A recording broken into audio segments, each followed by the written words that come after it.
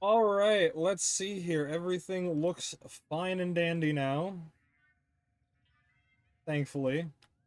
Especially after last week where we got fucked by internet for no reason. I still have no idea what the hell happened last week. I am I'm clueless. But we're here now. We're all good. Everything's good. Everything looks fine and dandy.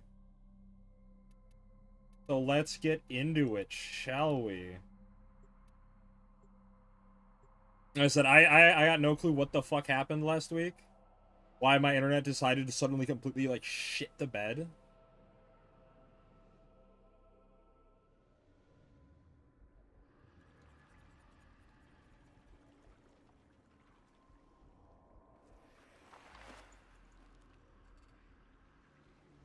Yeah, no, last week, um, after I closed stream, I did uh speed tests. I was at like 90 up, 90 down. My normal is uh 1,000 up, 1,000 down. So if that tells you anything. Oh, so this week is just free then.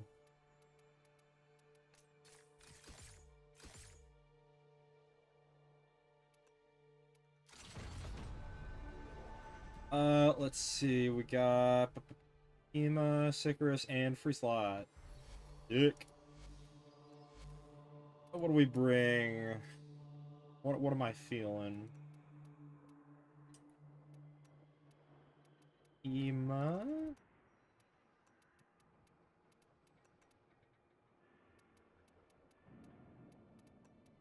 Sicarus. That's fast for Sicarus. And see what else we got in here. Yeah, we get a Zoss. We get like a free slot.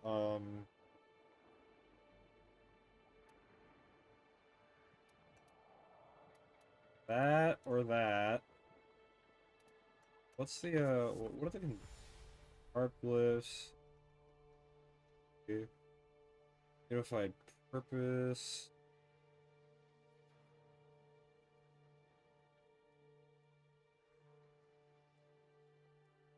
Well,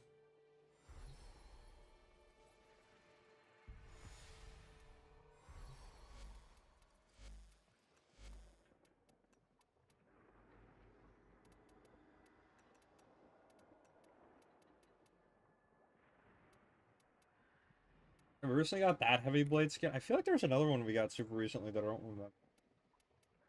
This is a pretty cool skin. I think this one's neat. Dogma is nice, but pretty basic. I wish that on Dogma specifically, it was like a slant, like a cleaver. That way it looks like the fucking Buster Sword. Because I'm kind of a sucker for that. I play Cloud and Smash, so I do like the Dominion skin for that reason, but it's not quite what I'm like. Every single thing that is like, it's like almost the Buster Sword, but not quite, and it kind of bothers me.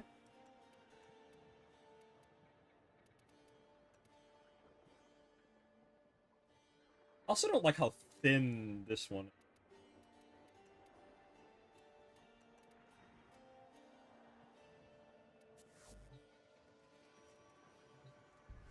I think we are good to go here. How has everyone's week been?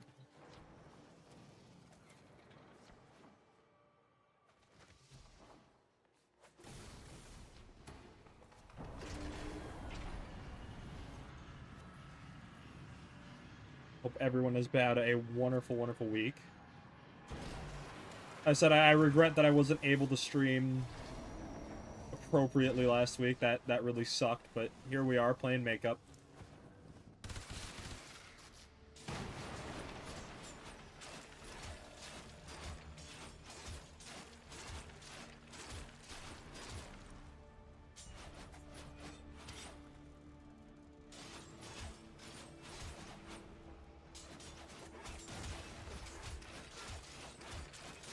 Choo choo.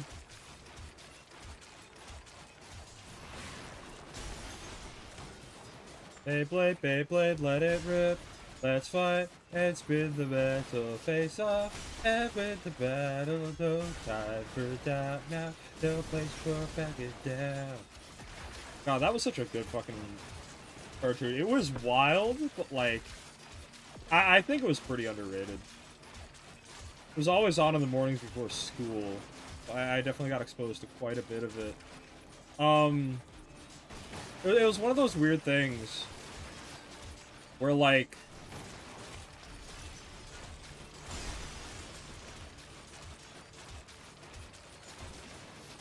the thing about Beyblade, right, is that in order to, like, have them be world-threatening, you really have to let go of your suspension of disbelief, because, like, there's so many methods in which the villain of Beyblade could have been fucking stopped. Like, I mean, it's obvious to say is like no shit, but like it was really, really like it felt particularly egregious in Beyblade. I know like a lot of like battle toy shonen anime it falls into that issue, but they usually have like some workaround. Like, Yu-Gi-Oh! Had literal magic, on top of it, and it was, like... The game itself was more of, like, a contrivance rather than what was actually the threat, so to speak. It's kind of a weird way to put it, but...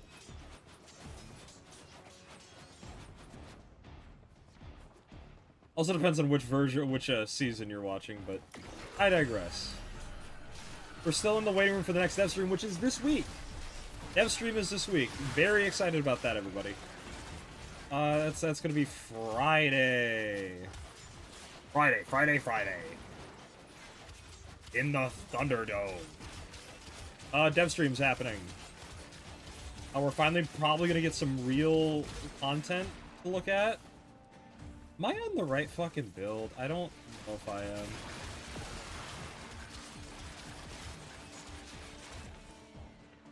I don't feel like I'm on the right build. I feel like I'm lagging behind everybody.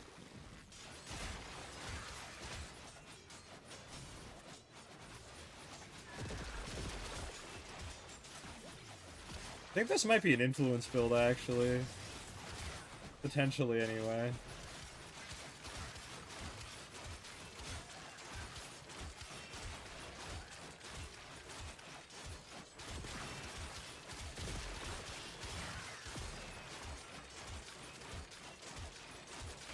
Who knows what it is? I know I have, Exodia Hunt, which is a great, Melee Arcane.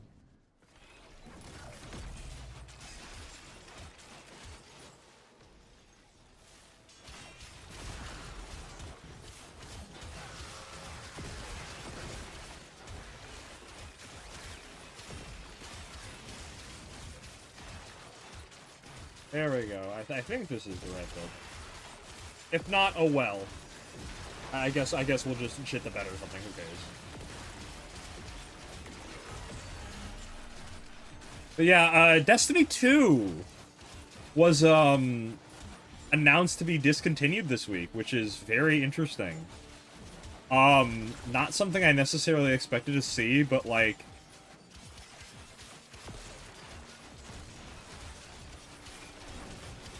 I said, I was never really a big fan of Destiny 2. I should probably put that out front. I'm sure you could tell, but it's not as much of a loyalty to Warframe thing. Like, it's not us versus them. It's more of a... I really do think that Destiny 2 had a lot of really egregious problems. And also, Bungie's decision and the way the game was handled was absolutely abysmal and just horrible example of what not to do as a game developer. Time-gated content in Destiny 2 was an absolute just travesty of decision-making. I remember reading somewhere at some point there was a lawsuit involving, the intellectual material of one of Destiny's raids, right? And I don't remember the exact details, but it's like, this one guy claimed, you know, oh, I had this all in, like, a book, like, you know, some of years ago before Destiny, you know, came out, and blah, blah, blah, blah, blah. It was kind of like a lot of, he didn't really have a lot of ground, but the problem is that, Destiny 2 developers could not, produce a functional version of that raid, or whatever it was, in court, because of the way that because the game was on in a completely, like, that version of the game with that content was on completely outdated architecture, and, like, they just could not get it working. Because it was so old and, like, decrepit at that point, that they would have had to have, like, reconstruct it from the ground up. Like they did not have a working build that they could use that content on at all. So basically, it's like, they couldn't necessarily prove it, but neither could he. So, like, I think the whole thing was, like, settled out of court, if I remember. I don't remember the exact details, but my point is that it really kind of bit them in the ass, the way that they handle content. And that's one of the reasons why I'm really glad that, you know, Destiny 2 is just gone. A game that functioned like that did not need to be around, personally.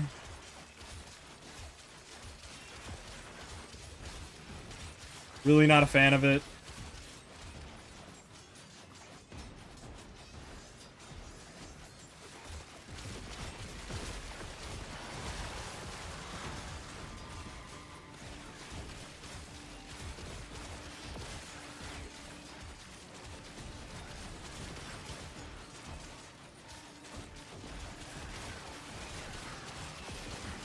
That Exodia Hunt is so busted, by the way.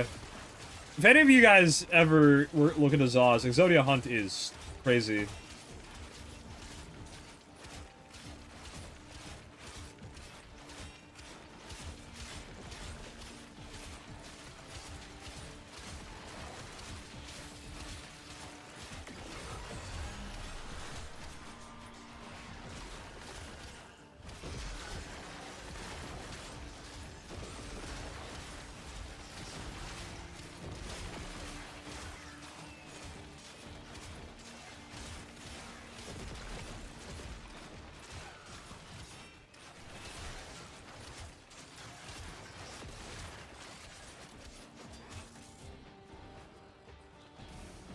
Wow, this is a really slow group.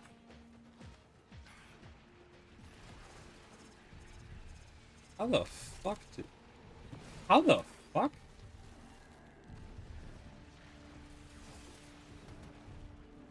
Chat, how the...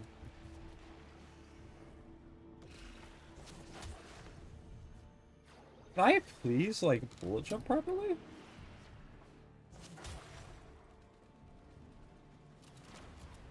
My god. Something about that just was not registering my jumps, and that was really obnoxious, but... Anyway. Sure, we can do this one solo. This shit started, for God's sake. Oh, it's this way. Oops, wrong way.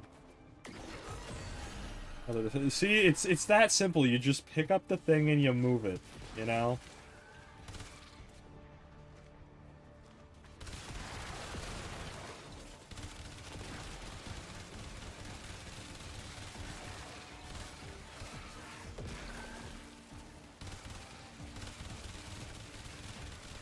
Did they change the projectile in the HEMA? I don't remember that being what it looks like.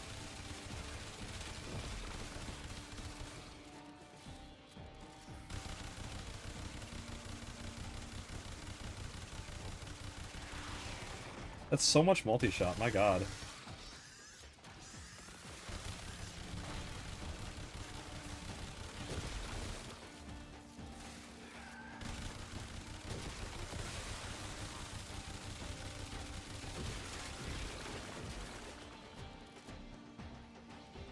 I don't know if I've used the HEMA augment yet. I don't know if I've, like, actually, like, adjusted my build for that.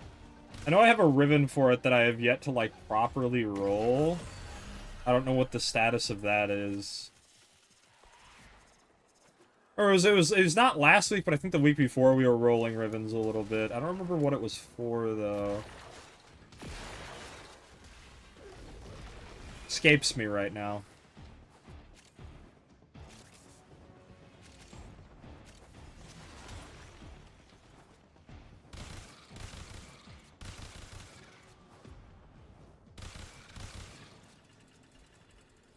Yeah, like the little, like, hey, Scarecrow, what's up? How we doing this week? With the little, what do you call it? Projectiles. The little spore things? Barbs? I don't know what you would call those, are not present in the Hema right now. That's weird. Maybe it's the skin. That might be it.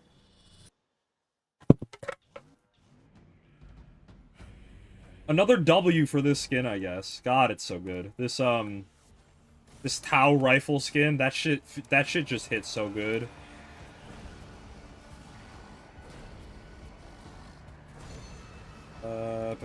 Yep, throw those down. This guy gets it.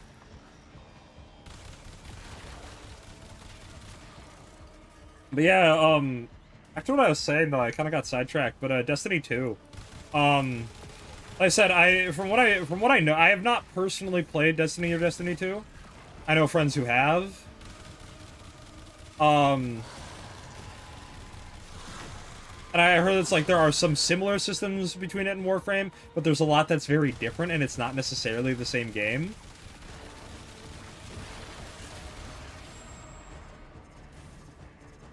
Like, and so we're probably going to get like a massive influx of new players from this announcement. Like, people are probably going to make the jump from Destiny 2 to this game.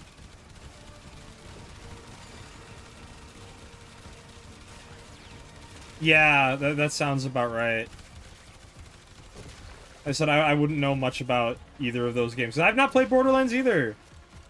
I think I own one of the games. I got it for free when Steam was giving it away. I don't remember what the context of that was, though.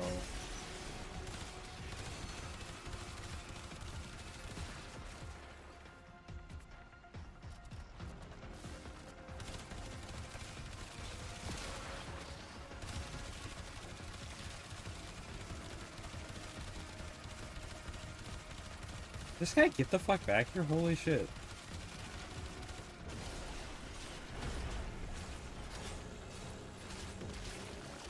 There we go, Jesus. That guy was just, like, not cooperating at all.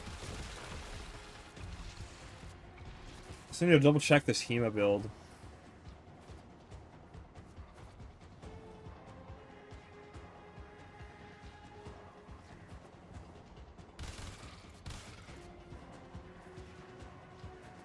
But yeah, we're gonna get a massive influx of new players from the Destiny 2. Is it like end of service, or is it just there are no more updates? Because that's what's really interesting to me, right? Is like how far of an end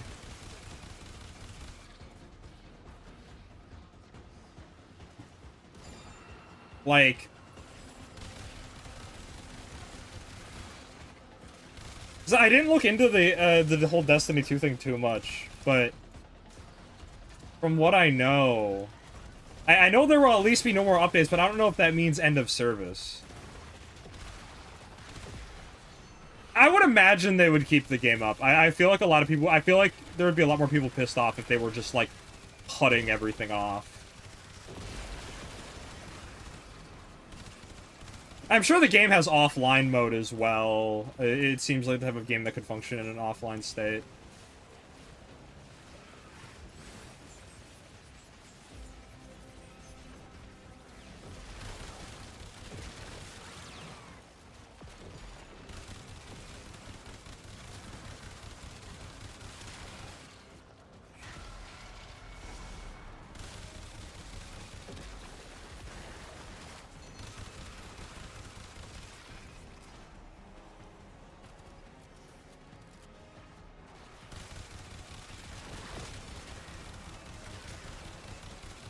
But yeah, it's one of those things where it's like, the internet has been around long enough, and, like, gaming has been around long enough that we're starting to see a lot of, like, these big long-term games, like, what happens to them, because it's not something that I think a lot of people think about, is, like,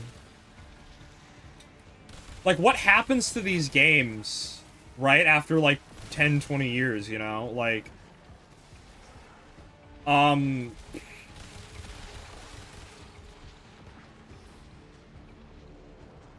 like, what happens, you know?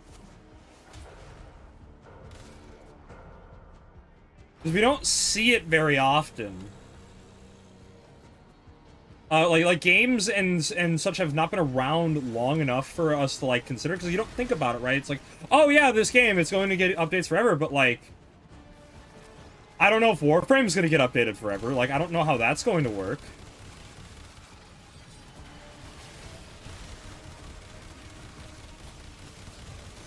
Like, Warframe's been around, like, what, like a decade and some change. Like, that's not that long in the grand scheme of things, but, like, isn't WoW still getting expansions, as far as I'm aware? Like, isn't that game still technically getting, like, proper updates? And that game's, like, what, like 2 decades old? If memory serves? Not entirely certain.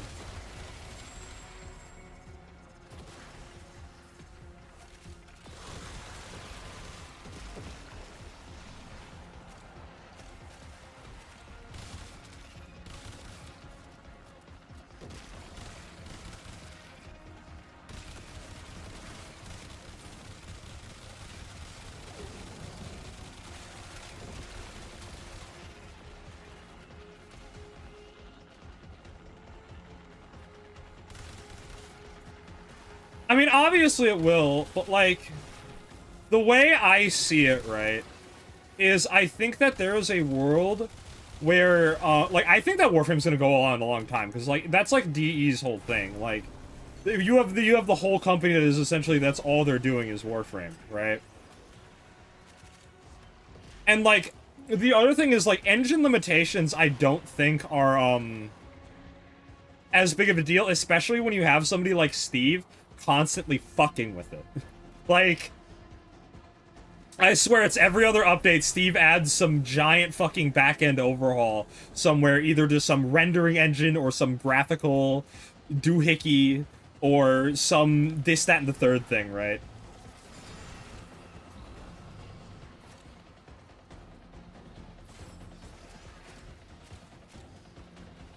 But, like, you have to think about it, right? Where we now have examples like Destiny 2 shutting down, or ceasing updates, rather, not shutting down, but so like, we're starting to see that gaming and the internet and live service games have been around long enough to where we're starting to see, you know, the long term of some of these, you know, projects, right? And it's not something we think about. We, you know, it's like, oh, this game is, oh, when's the next update? You know, month in, month out, you know, update here, there, and the years pass by and you keep going, and it's like, well, oh, this game has been around, what, 15 years? Oh, God. You start to think about that, and it's like, you think about, like, well, is it going to be around another 15 years? They don't show any signs of stopping, and I'm not talking about Warframe. I'm talking about, like, live service games in general. Like I said, WoW is still kicking. I know RuneScape still has a bunch of dedicated people, although I think RuneScape's a bit of a special case. I think that one is kept alive by fans. I'm not entirely certain. Old school RuneScape, anyway. But we have all these live service games and the ultimate fate of them, and, like, how that gets handled when the time comes. You know, like, the devs either can't support it anymore or are ready to move on to different projects, or they just feel like they've made something complete. I think another great example of this is Team Fortress 2, right? It is a game kind of in this weird perpetual limbo state where it is technically a live game. It has a player base. It has updates, but as far as we're all concerned, it is a complete product at this point.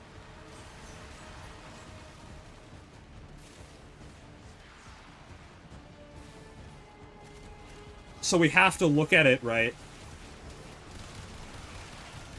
And we have to consider, you know, like, again, Team Fortress 2, going back to that example, like, Team Fortress 2 is a Valve game. Valve owns Steam, right? So they have every resource to keep it up if they so choose. But it was very clear that Valve just decided to not continue supporting it as a proper game with, like, you know, updates and balance changes and this, that, and the other thing. Because we haven't gotten a balance change or, you know, a proper content change in, like, gosh, almost a decade at this point. It's been years since Jungle Inferno. And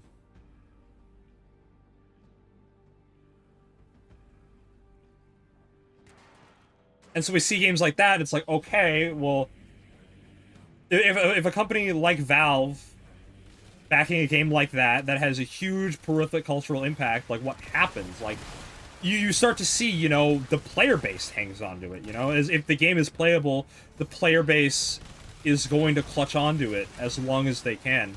I don't think Team Fortress 2 will ever die. I think that the player base ultimately will keep it alive through community-hosted servers. Like, I sincerely think that that is going to be what is the step after end of service.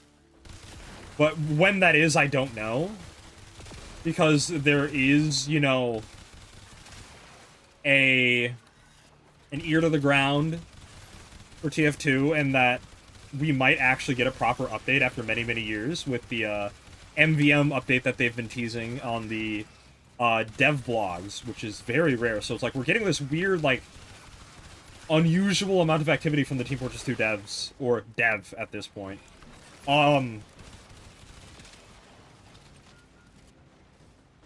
But who knows? That is... I digress. Live service games. Warframe, specifically. Like I said, Warframe's been around almost a decade and a half. Still going strong. No end in sight. Like, there's so much still to be done with Warframe, I think. This does not feel anywhere near a completed... you know, mythos, I guess. There's so much more to, like, learn and uncover, and, like, there's very, like, large secrets, I think, held, or rather withheld from us, that they are still drip-feeding us and giving us, like, little bits of lore here and there. So it's like I said, they don't have any intention of stopping anytime soon. But the question remains, is what happens when it does? Because, back to my point, is, like, we've seen games that have seemed infallible. Oh, suddenly this is no longer in service, right?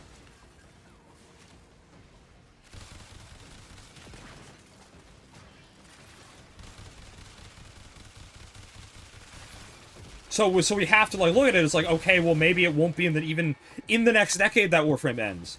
But you have to look at the reality, is that maybe in 2 decades, maybe they finally, you know, drop it and it's done, right?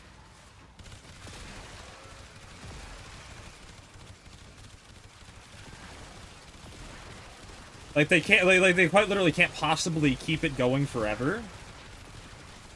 Like, I just don't think that's realistic. But again, we also, even though we are starting to see it, we don't have a good precedent for it.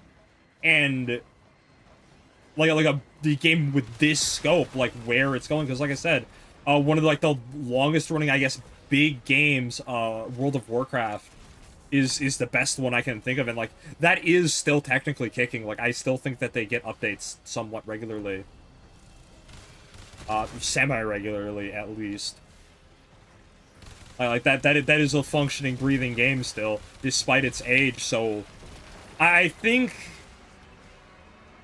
if you ever wanted to look to the sky and think, oh, well, what's the future of Warframe, I think it will probably be very indicative of however World of Warcraft ends up when it finally kicks the bucket, you know? Whenever that happens. If it happens. Because, again, a lot of these things can be kept going in perpetuity by community. Because communities can always host server. That is always the thing that communities can do. There's always modded clients, workarounds, backdoors, that sort of thing that, you know, if people really want to keep a game alive as a community, they can, unless it's, like, legal action is taken, right? That's obviously the one caveat, is it's like, oh, well, if World of Warcraft went down, and Blizzard was like, oh, no, you can't host servers anymore, well, it's okay, well, then we're fucked, but... even then, I'm sure people would still find a way to play the game. Those who love it enough. But again, it's such a fascinating discussion, right? Because it's completely uncharted territory. Like, end of live service games is completely uncharted for us.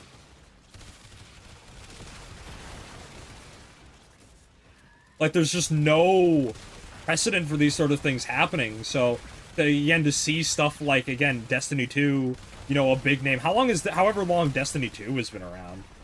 That's such an interesting one to see. Finally kick the bucket.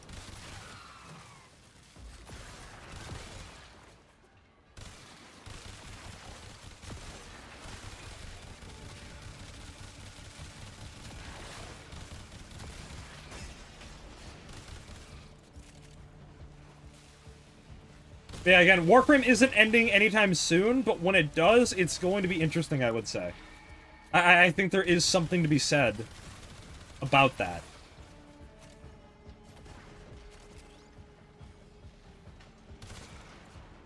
Is older Pokemon games, community on servers, access events through your console? Yeah, exactly. Like, again, stuff like that, it's so common, right? That it's like, again, if people want to keep games alive, they absolutely can.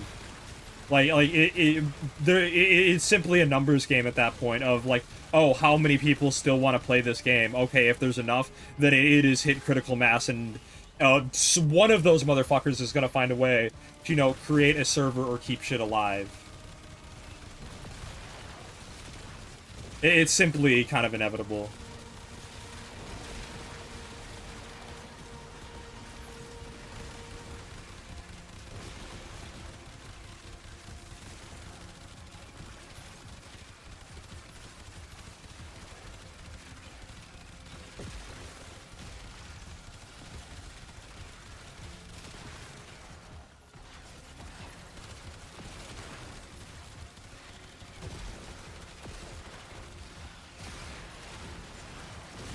Just chew these motherfuckers up.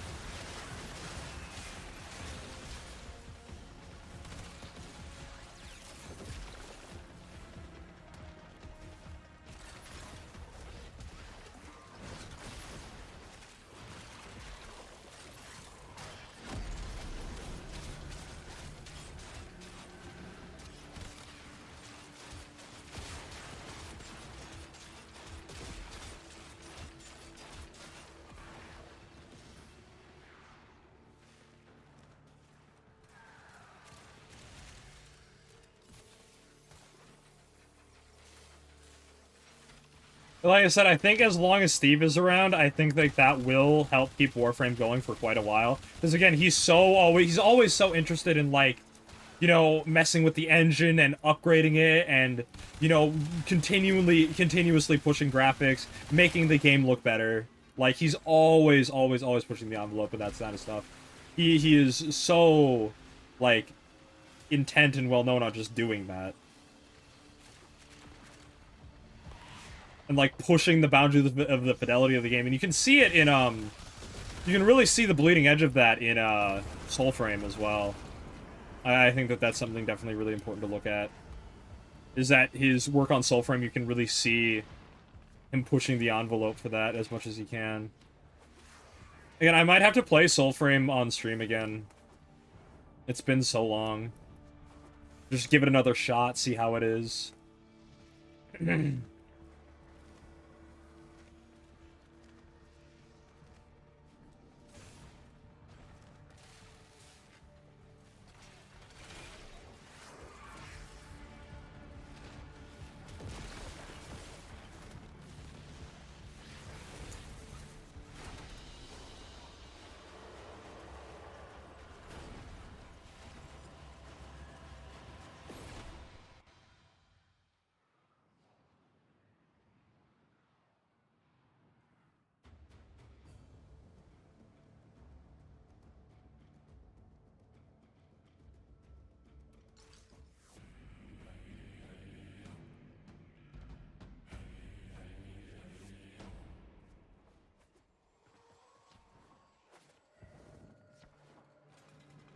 Alright, let's see here.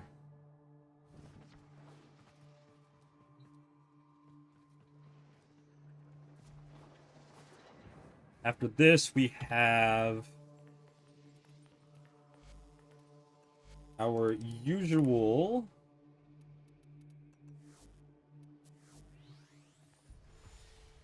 Netracell.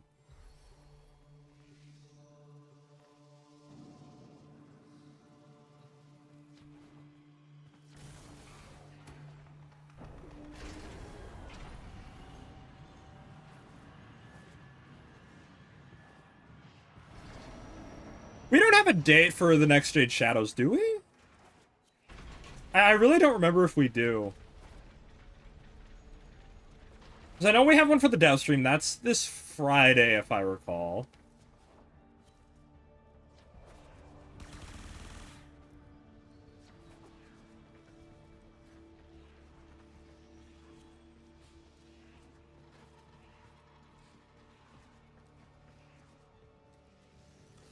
Yeah, all we know is June, but that could... Based on DE, whenever they give us a month, I always assume the last of the month unless I am told otherwise. That is my, That's my takeaway whenever they give us a month date, because it always ends up being very late into the month whenever they release an update. So I'm always very, like, hesitant.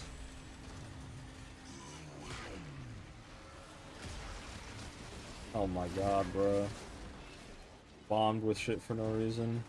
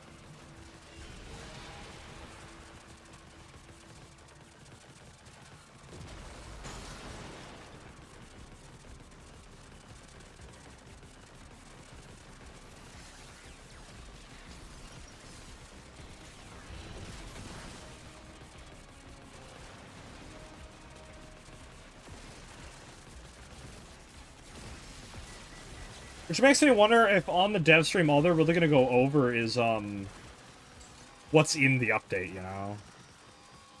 That's kind of what it feels like.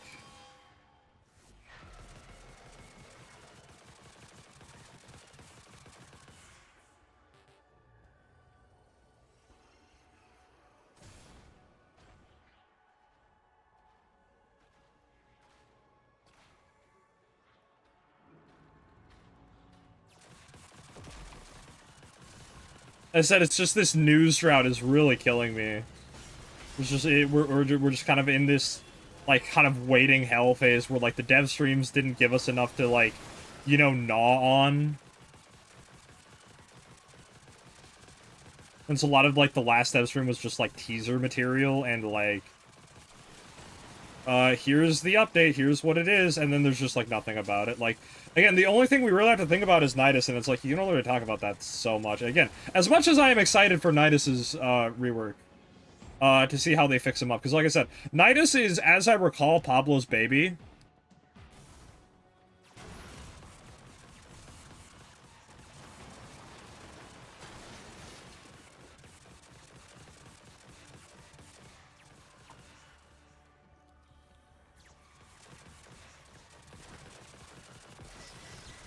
Like I said, again, back in the day, I think, like, Nidus was one of Pablo's, like, earliest Warframes that I think he designed, if memory serves. And like I said, it is definitely his baby, so, like... And we can see it, right? Because even back, like, again, a lot of Pablo's ideas and, like, concepts are all, like, super unique. So you can even see back then, like, Nidus was, I think, like, the first pioneer of the fucking meter in the corner that Pablo is so in love with. Like, that's kind of the hallmark of a Pablo frame, is like, does it have the fuck-ass circle meter in the corner? Yes? No?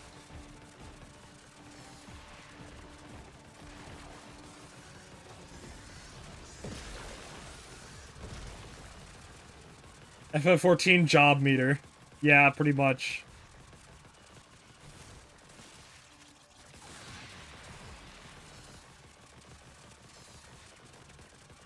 Yeah, like, Nidus was the first one to pioneer that, so again, it makes me surprised that Nidus hasn't gotten love sooner, because, like, you'd think with Pablo he'd have that bias, but I guess we're getting Nidus before we're getting Limbo Chroma, so...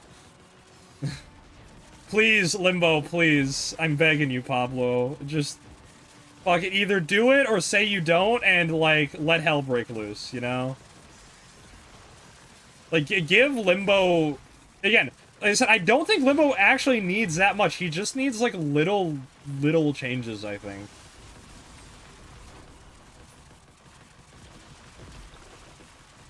Nidus. Nidus came first. 100%. 100% Nidus came first. Because I remember when the Saturn rework happened. I was playing the game by the... Nidus came out before I got into the game. Saturn's rework came out after.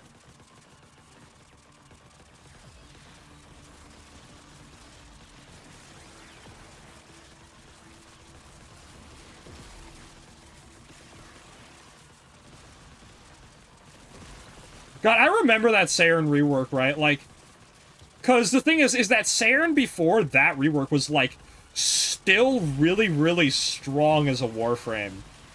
Like she was in, like, she was, like, already a good Warframe. That was just like, oh, this is now, like, the best Warframe in the game at that time. It was kind of a wild scenario.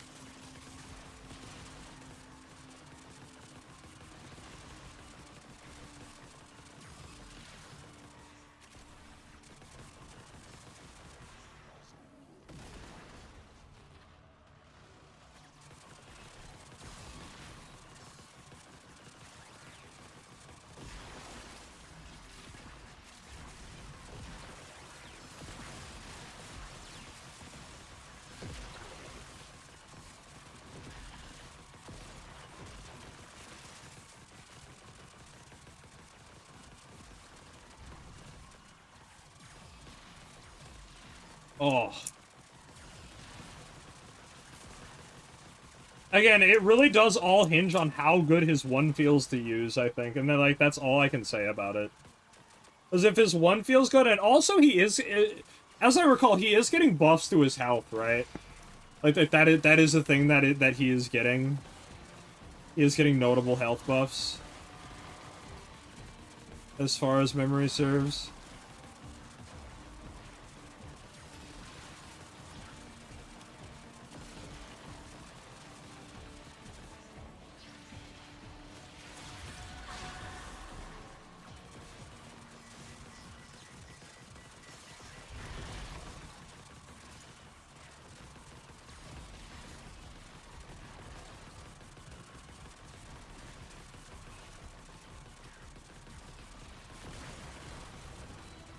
Yeah, power creep really is a bitch to Saturn. Again, I wouldn't say that it's power creep, because I still think it's a very powerful ability. The problem is that, it's more of the game's mechanics that caught up to her more than anything. Because, like, it does infinitely scale, and that still is worth a lot. Again, like I said, it's just that, the way the game, like, changed at a back end, I think, is what really hurts it the most.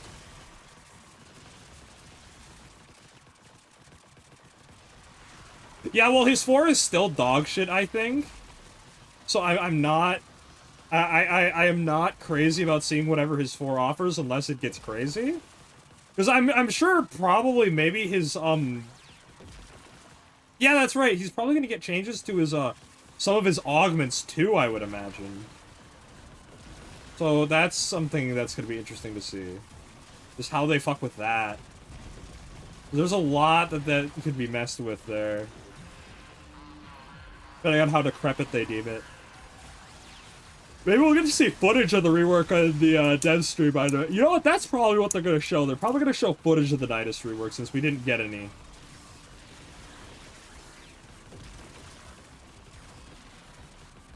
Because after the next dev stream, isn't it like TennoCon prep hours?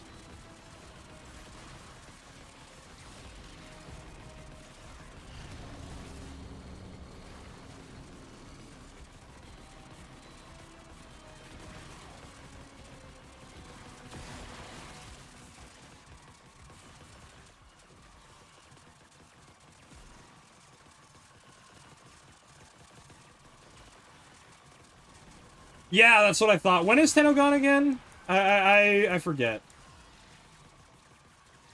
So yeah, we might get like a little TennoCon teasery do here and there, I would imagine. And you know what, they'll probably show off Sirius and Orion as well. However that's going to work.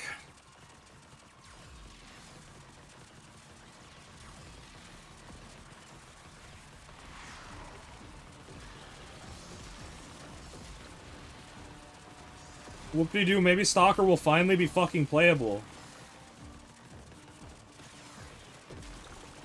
July 11th, yeah. So after next dev stream, it's Alpha Bravo going dark, isn't it? I have to imagine.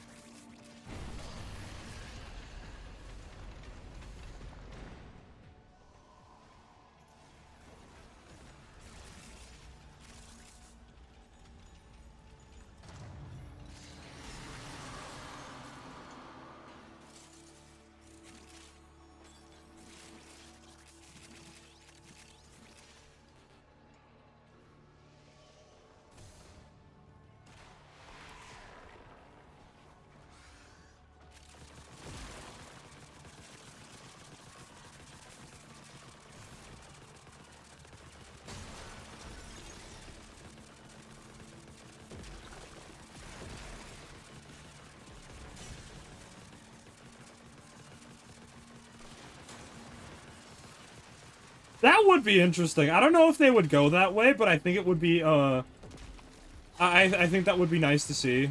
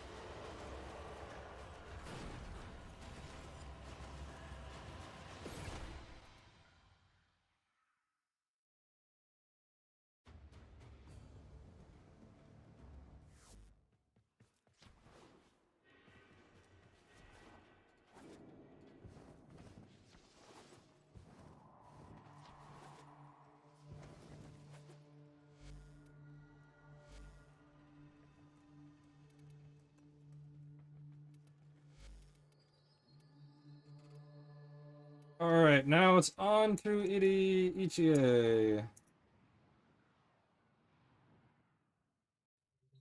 Something I wonder, like... Yeah, that's what I've been saying, like, how are they going to like, how is it going to be quantifiably? That's what I am very curious in the same way, like... Are they even going to be the Warframes themselves? Or is there some other bullshit that they're throwing at us that we're not quite privy to yet?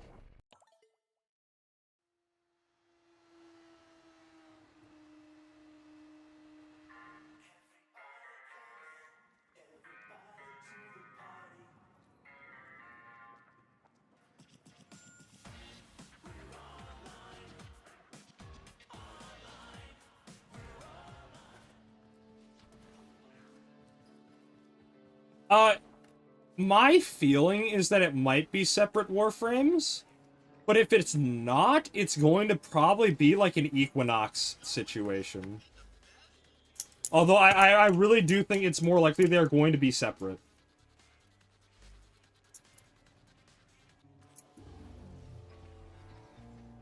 Some glup shitto that has the...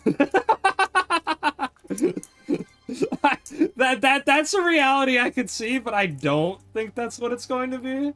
I think that would be kind of a boo moment. Like, I don't think that even the devs would want to do that. Oh, hey, it's the trout. The trout's here, everybody. Our favorite trout. No deficit, untreatable. Let's bring Dante.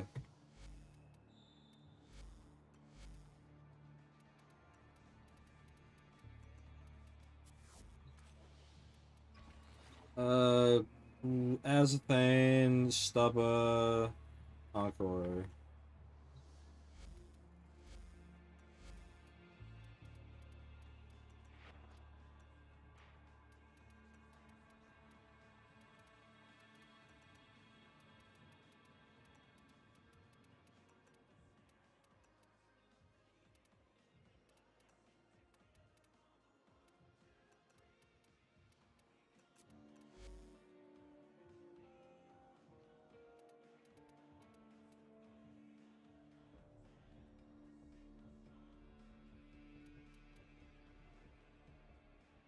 What am I cooking here?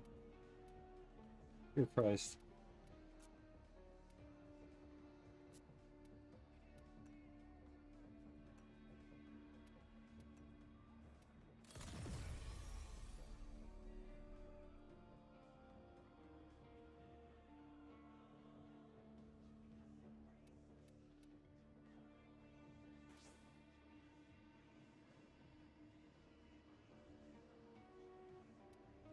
You know what? I might get a ribbon for this thing, honestly. That like genuinely sounds like a good idea.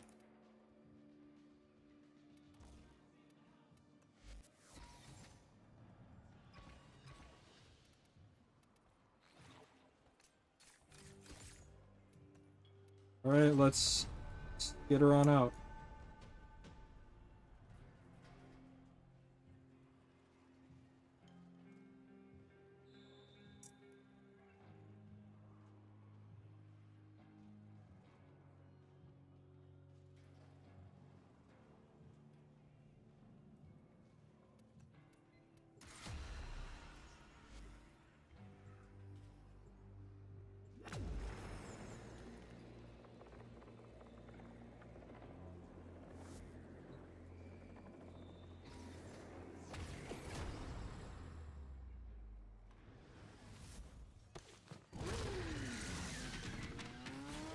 You know, random thought. I wonder. Hello, Rack. How we doing? I wonder if like how much truth there is to like Waffle House being a fight club. Like, surely it's mostly meme, right? But like, has it manifested in any way? Like, has it become so like parroted that it has actually become something of a fight club? That like the brand has just embraced?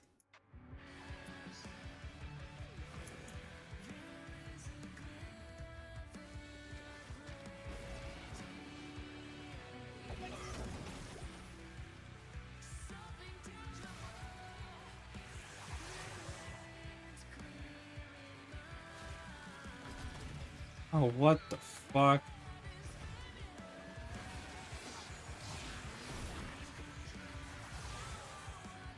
Oh, what is this bullshit?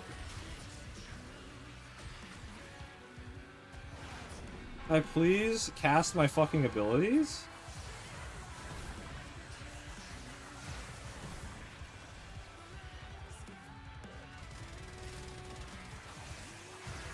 I am doing wonderfully tonight. Had a nice nap before stream, so I'm like good to go here. I'm up and at 'em.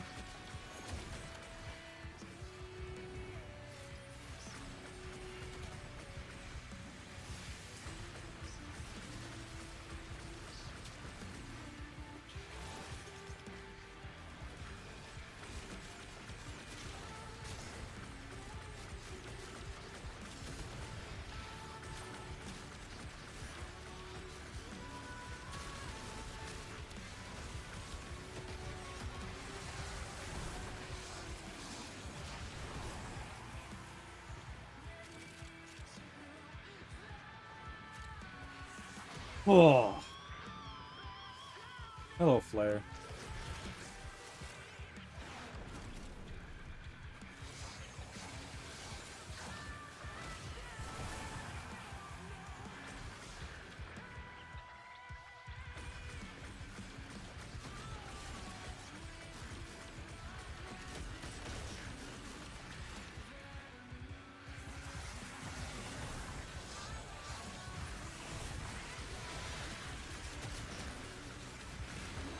Opposing squad.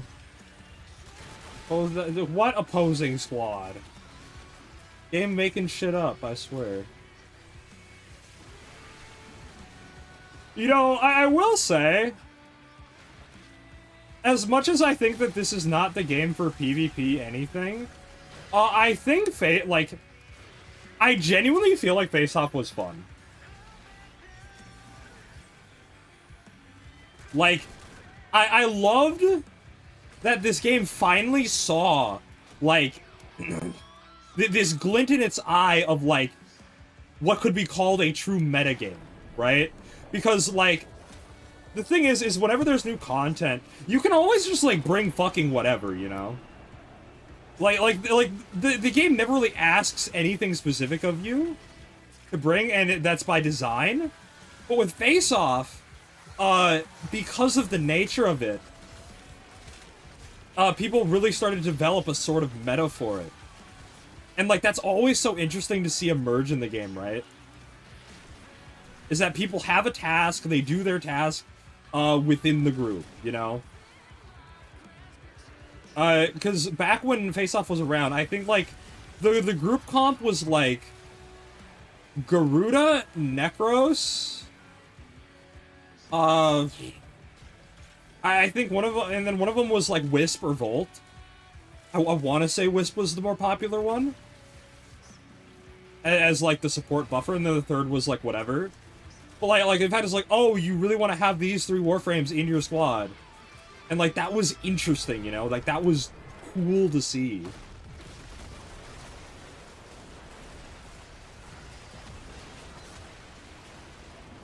Again, the same reason I really liked, the last time we had an operation. Not operation, the last time we had Plaguestar.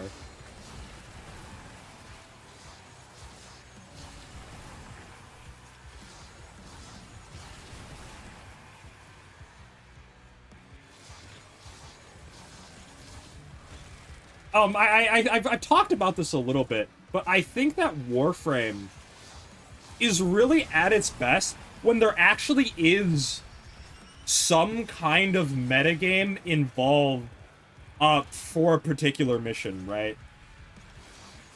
Like, where the game actually asks of you to bring specific Warframes that are best suited for the task and not just whatever generalist loadout you can conjure up out of the ether. Like, limiting choice not by forcing your hand, like, oh, just saying, oh, you can't choose that, but saying, oh, it's probably a good idea to pick these Warframes, right? I think that that is probably the best way that DE could go about making more interesting content and more engaging content. And one of the, I think the most shining examples of this is Plaguestar, right? Now, Plaguestar is very grindy, yes. But that's precisely why a metagame formed for it. Why, you know, people wanted to go in specific comps and loadouts. Because it would make the grind go faster. I think last time it was like, you had like Wisp, Titania, Volt, I think was in there. It was something like that. Where it's like you had, you know, get the drone fast, do the objectives fast, and then have somebody with Titania who could kill the boss at a reasonable pace.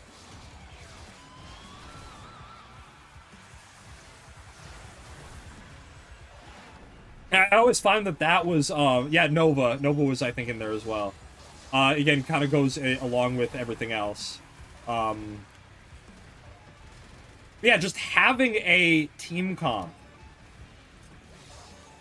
Having something that was not necessarily set in stone, but was like, oh, you are better off if you go in with a composed team, is something that I think, like, is really, like, shining and, like a good thing that Warframe should have more of.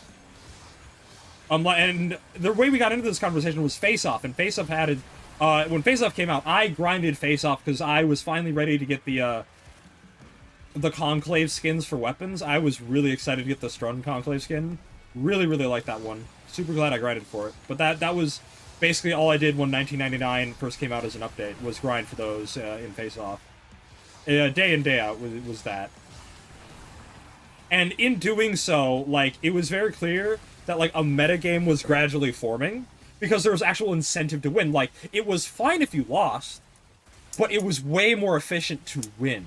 And so people started, you know, making compositions, you know, Necros, because it doubled the fuel drops from the one dudes in that mission. I don't remember exactly what it was, but basically, like, oh, it was basically like Excavator, except you get 2 times the Excavator batteries. And Necros was able to do that. And then you had Garuda, who could kill the Baobaos, independent of their, whatchamacallit? Attenuation. That's the word.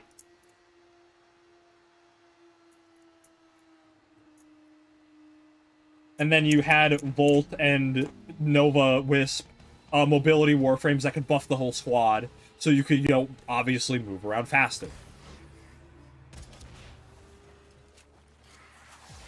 That was kind of the whole gist with that. And that was honestly, like, that was really cool to see. Like, it was cool to see, you know, oh, like, people are actually coming together and, like, trying to communicate and, you know, form a squad and really push the game, right?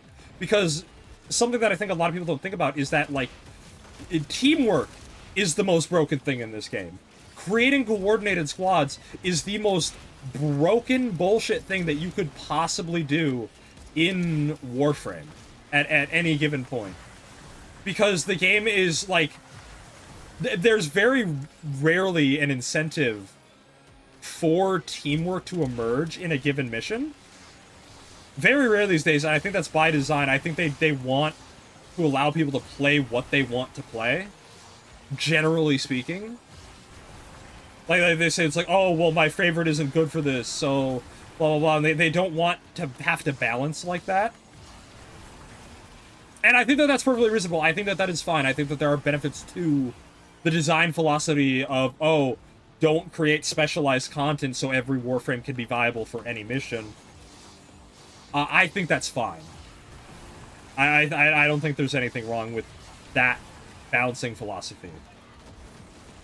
But again, at the same time, I think that Warframe really is at its most interesting and at its height when you do have to coordinate. You do have a dedicated squad with, you know, individual roles for each member.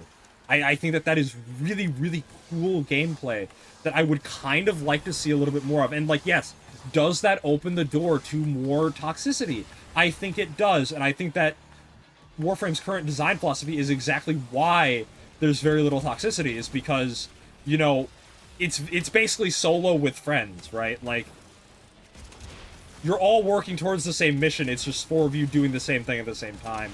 You're just going 4 times as fast.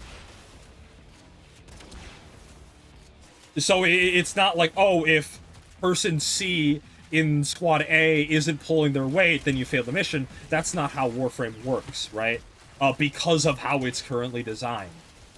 So, like, if you do introduce more specialized missions where it asks of you to have a more rigid team composition, does that introduce toxicity? Yes. But I think that there is a lot of valuable gameplay and a lot of just general fun to be had. If you know, introduce some form of content that asks of you that. And it is designed around being such a thing.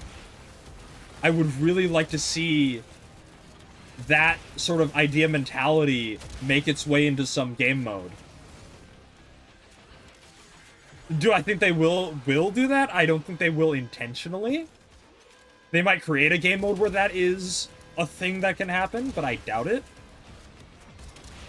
Because, again, a lot of this game is designed with the mind, oh, can it be done solo? And the answer has to be yes. So very rarely would they probably intentionally design a game mode that would make soloing it very, very difficult. I don't think that they would ever do that. Which, again, that does present some limitations on the design of what Warframe can be.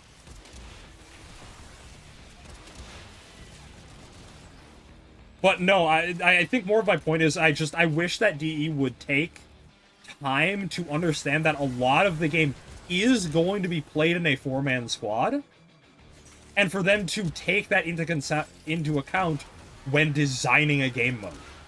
And, like, play around the fact that, oh, there are, in fact, 4 players.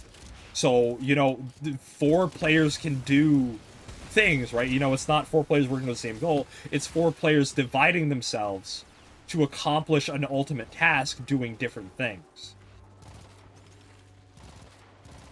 And again, to reiterate, yes, that would probably introduce some toxicity, but I think that that is more than worth it to see a game mode where Limbo CC was relevant again. I don't know if we'll ever see that, honestly. If it is, it's probably going to be for either a Scarlet Spear run or just an event in general. But every time Limbo is relevant, something bad happens to him, so I don't know if I want that. That's not something I would necessarily be enthusiastic about. But that's an entirely different discussion. And, like, Warframe is already really hard to grief with, right? Like, I think that's the other reason why Warframe is non-toxic, is that, you know, griefing is very difficult. It's so hard to intentionally fail a mission. Like, the only missions where that is a thing are spy missions. And, like, maybe rescue, I guess, if you're the host and you just intentionally don't fucking revive him or something. Or, you know, you trigger all the alarms and you get them killed. Like again, there's a couple ways that I guess grief there, but, like, there's no one really griefs in this game, and no one really wants to. But, like, also, like, let's not open that door either.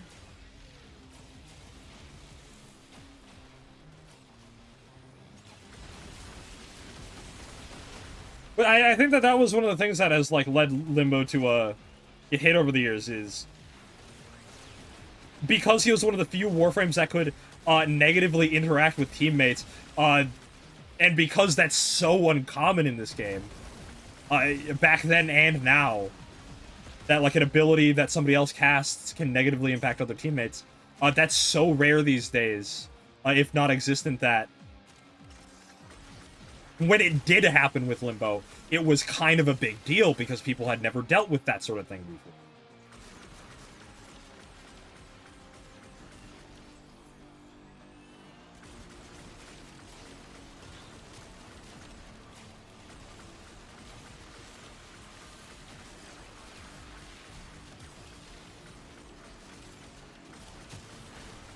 Yeah, alchemy, I guess, but, like, I don't know. I feel like that one's so minor, it might even happen just, like, unintentionally. But again, that's something that's, again, griefing is rare. Nobody griefs and nobody really wants to grief. There's no, like, incentive, because no one's salty, no one's bitter in this game. You know, we're all here to have a good time, so, it's kind of this positivity feedback loop that, like, keeps griefing and negative interactions out of the game. But if, again, to circle back around to our original point, if we were to ever get more team-focused content, I think that might open the door to such things, but I think that is a necessary sacrifice.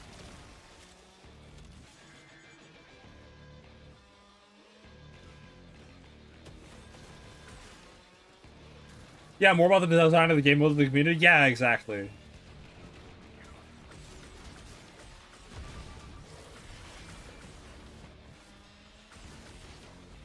Oh, and just Legacy Star Harvest? Sure, man.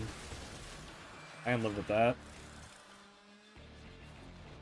That's easy.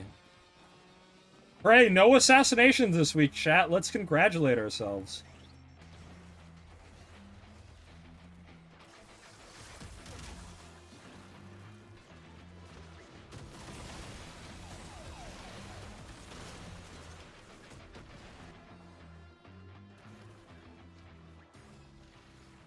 Where the fuck am I going?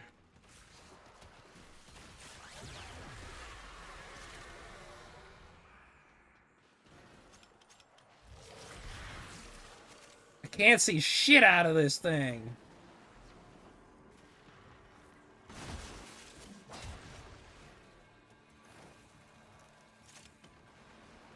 Yeah, Fragmented is alright. Tank does suck ass just because it's such a sloggy fight. Like, you can really blitz through Fragmented one, but, like, the tank is just, like, such a slow pace. Like, I feel like they took one step forward with Fragmented and then one step back with tank.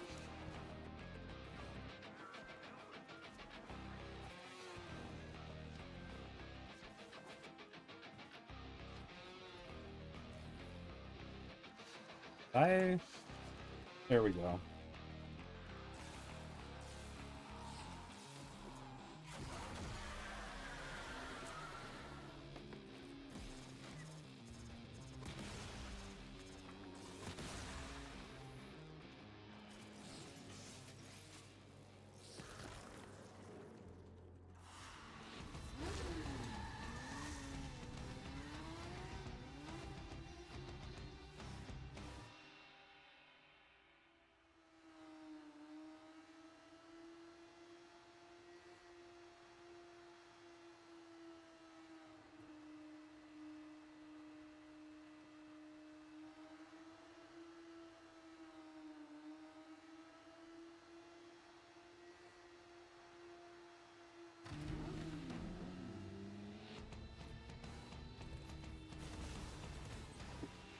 Oh, like I said.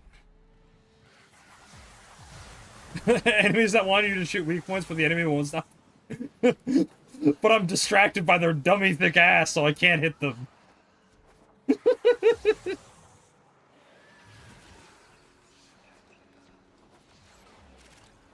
That doesn't make me think, though, Tone in Warframe is, something I think is often unsung praise, right? Is how much, DE has managed to keep the tone of the game very much, one track and in check. Like, games that often go on this long tend to lose a little bit of tonality because of, like, oh, collaborations, or just, like, the gradual degradation of art style, but, like, Warframe really hasn't had that. Like Warframe has stayed, like, stylistically and tonally pretty consistent, throughout its entire tenure. Even though I would really like more bright and colorful tile sets that are just pleasant to look at and not gray shitscapes. Congrats, yeah, no, they do crazy things, but, like, the feel is exactly right. Again, if 1999 was, like, a little bit more saturated, I think I would like it more.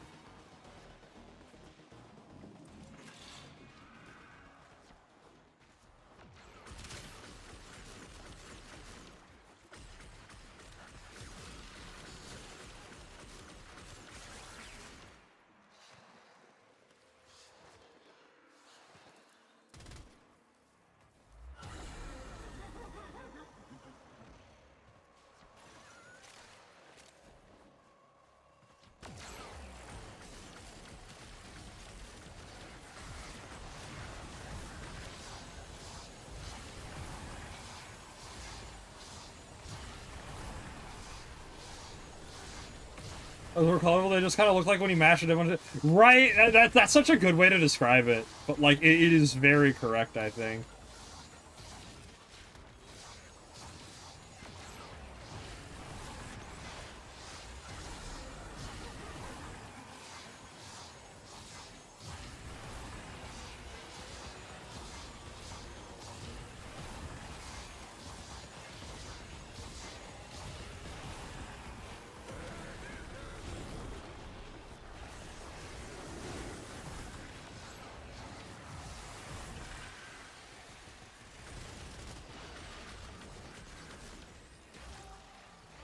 Oh.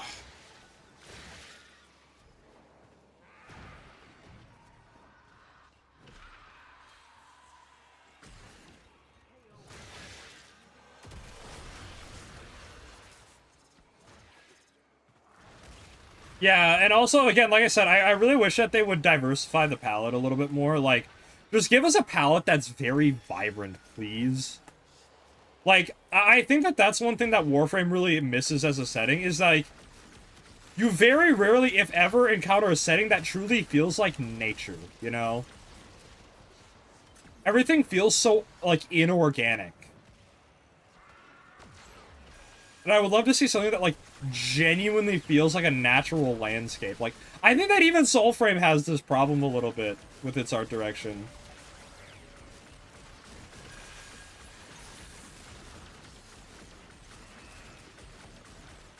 Like, there's something like a little bit uncanny about, like, landscapes DE does.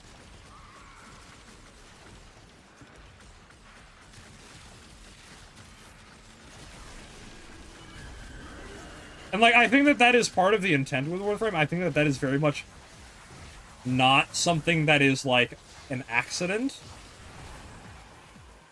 But I think it would be okay for them to, like, branch out on it a little bit.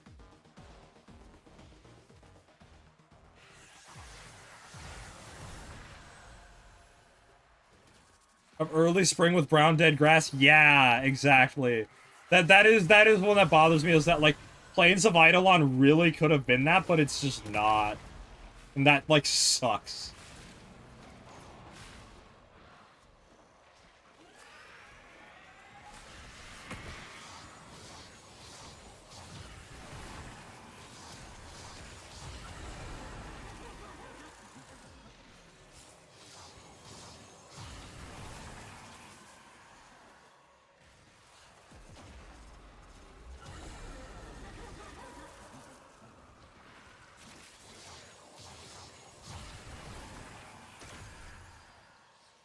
Also, the other thing, fucking... Even the Dog Days tile set, which we're probably gonna get back here at the end of August. Even the Dog Days tile set feels like, feels rough. Yeah, Orb Valis has some stuff going on that's really nice. Like, Orb Valis is almost there. I'd say it's, like, more close to, like, a natural feeling place than Plains of Eidolon in a weird way.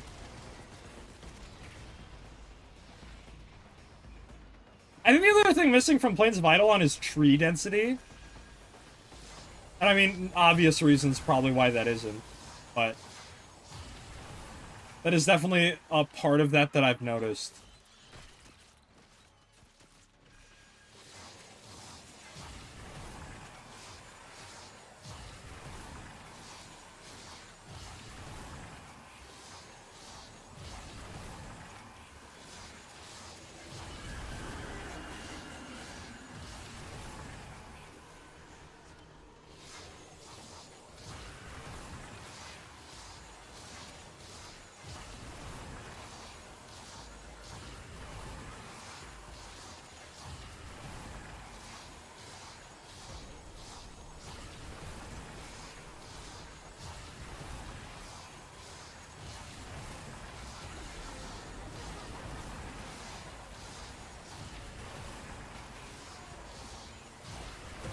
Yeah, too bad half the snow is gone. Yeah, that is kind of a shame of that.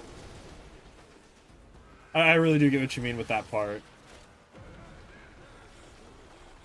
That was a pretty painless, set of EDA, ETA. For the most part.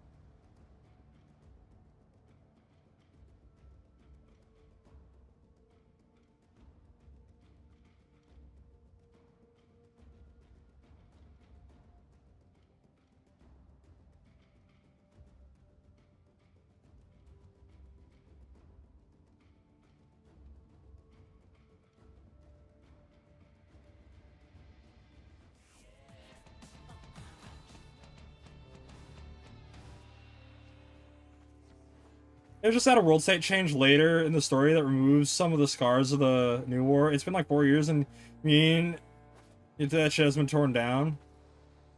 Yeah, yeah, that's what I was saying. It's like, part of me feels like I kind of get it. It's like, I think there is kind of a storytelling narrative to it, like that like almost a meta narrative of like the scars of war. I think that if that is their intention, that it's like, oh well, these are the consequences of conflict, and they will always be there and never go away. If that is their intention, then honestly, I kind of respect it. Like, does it suck? Yes, but like I think that's kind of the point. But I don't know for certain. It's a toss-up whether or not like that is the artistic intent or not. Who fucking knows? Let's see if Dark Factory is worth. Rifle ribbon, hit gun, right? 2 ribbons. Ooh, yep, yeah, absolutely worth it.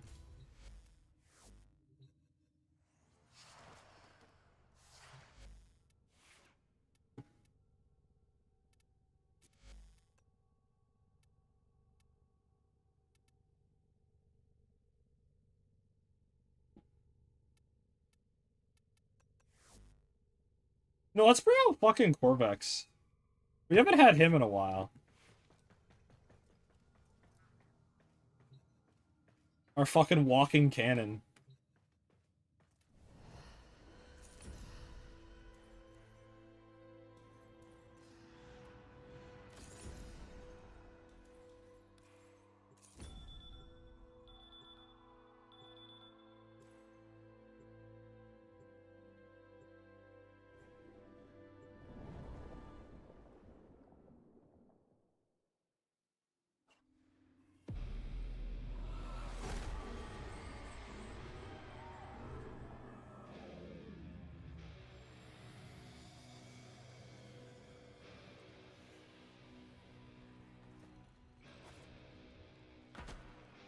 Yeah, like I said, outside of weeklies, though, I have not been in the game much.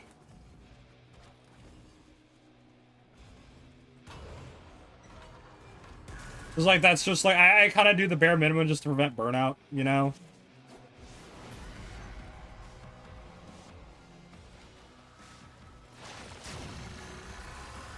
I think, like, well, it's kind of why I've been on one stream a week, right? Just so it's like, it really prevents me from feeling the full weight of, that sort of thing.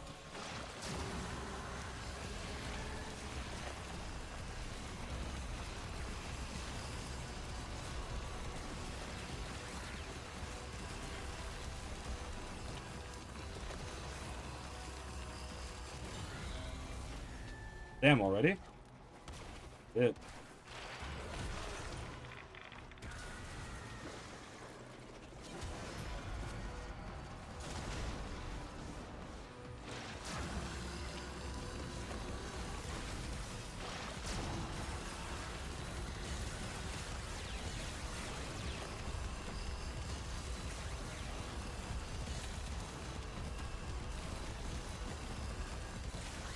Rid of this guy in fucking particular.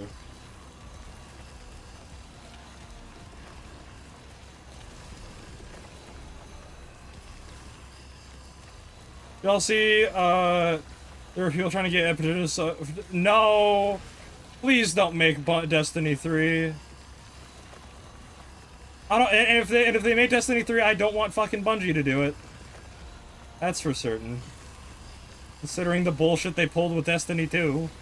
Time-gated content. Absolute horseshit. Paid expansions. Awful.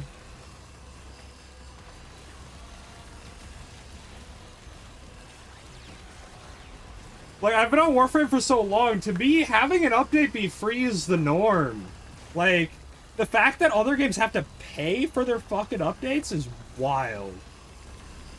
That just, like, boggles my mind. Is like, how can people tolerate that?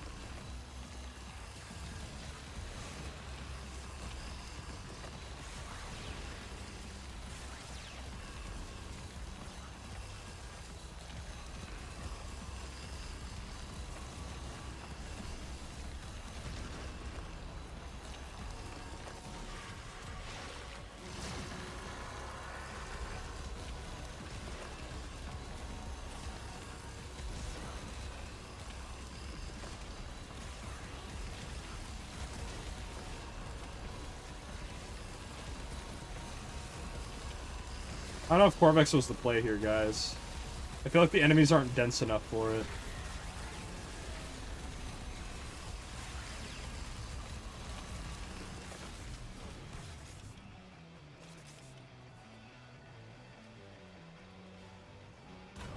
Yeah, the Minecraft texture pack, something I wanted to make for a while. Okay. We'll have to see how that turns out, Scarecrow.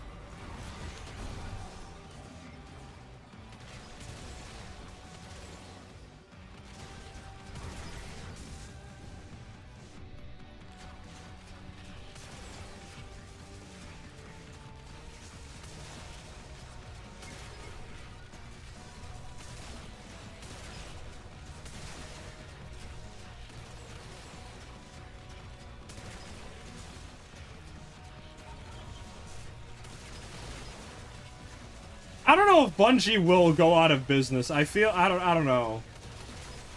Bungie, like, maybe I just don't know what Bungie's state is, but like, Bungie feels like one of those things that just is too big to fail. Hence why they've gotten away with the bullshit that they have.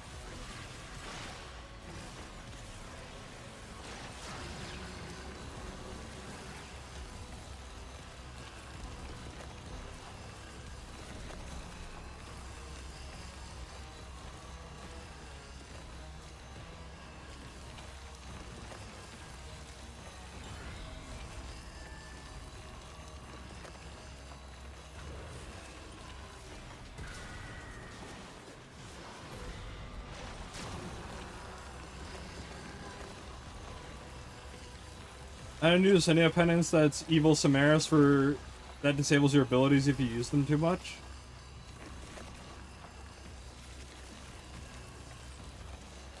I mean, isn't Samaris already evil?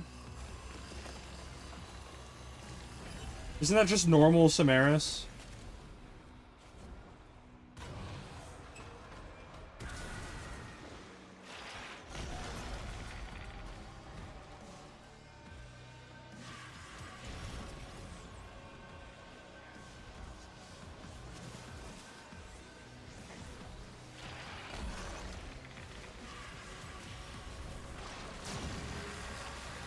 No, I definitely get what you mean, but I think it's funny that you say evil Samaris, even though Samaris is normally evil.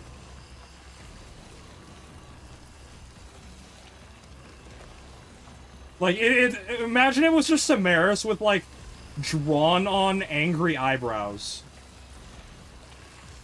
Well, like, sharpied-in angry eyebrows on his, like, face or whatever. Nothing else has changed. Just that.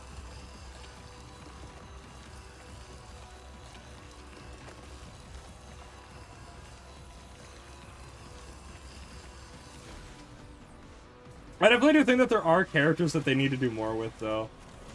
But there's, like, so much going on with, like, plot and whatnot. It's just, like, how do you utilize them properly, you know? Like, what do you do? I don't know if, Corvex is the right choice here. Oh.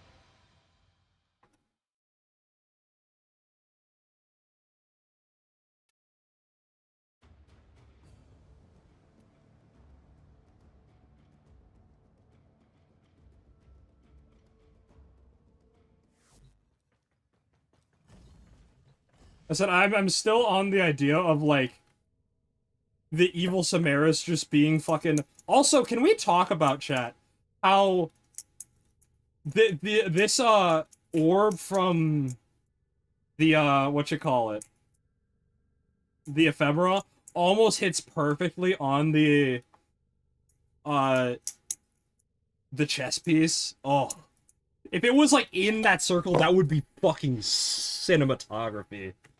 Oh, I wish I could just like shift it down a little bit or shift it up.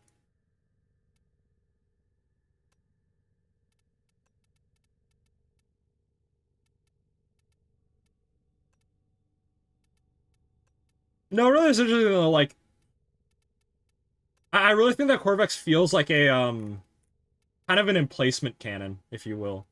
You know who I can bring? I can bring fucking, uh... what's her face? I can bring Araxia. That'll be fun.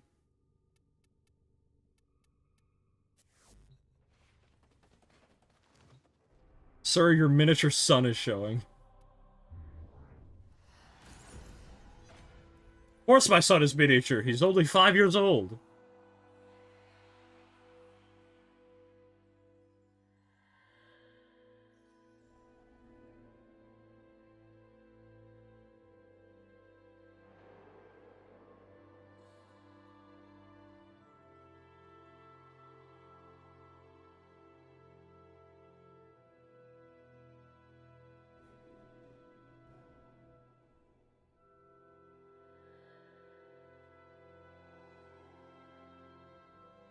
Can I...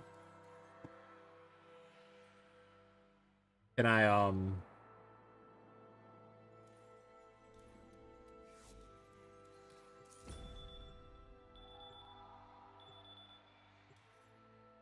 Mission? Question mark?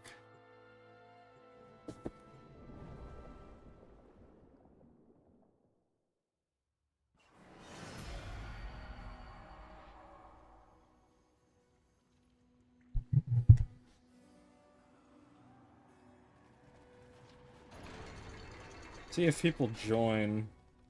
Let's get this out of the way first.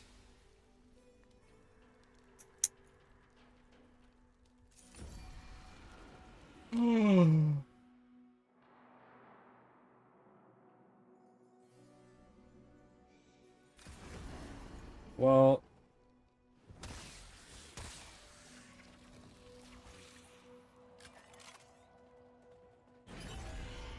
Am I gonna have to solo this shit? I don't want to solo. This isn't what I asked. Wait, why did I get put in solo mode? How did that happen?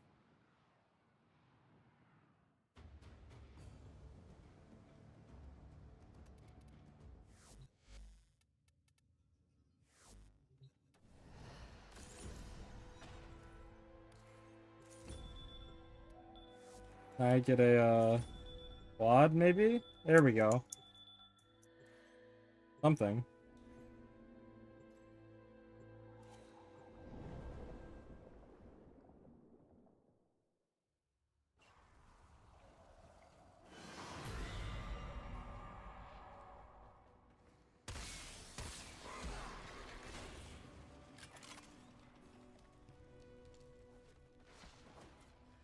Okay, we got a squad now. Most of one, anyway.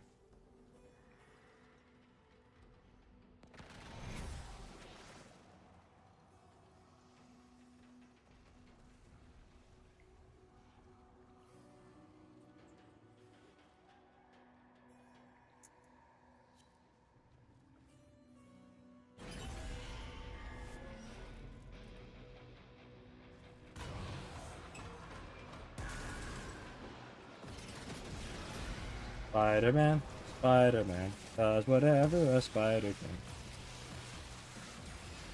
can.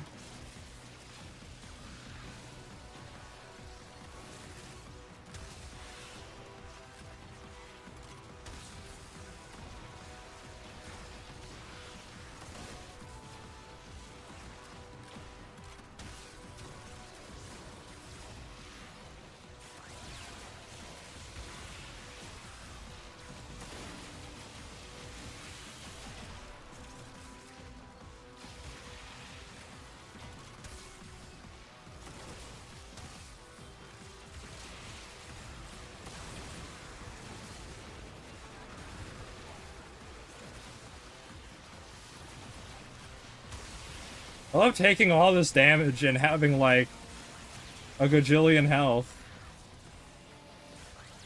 But then with one push of a button, I will just gain all of that health back. For no fucking reason.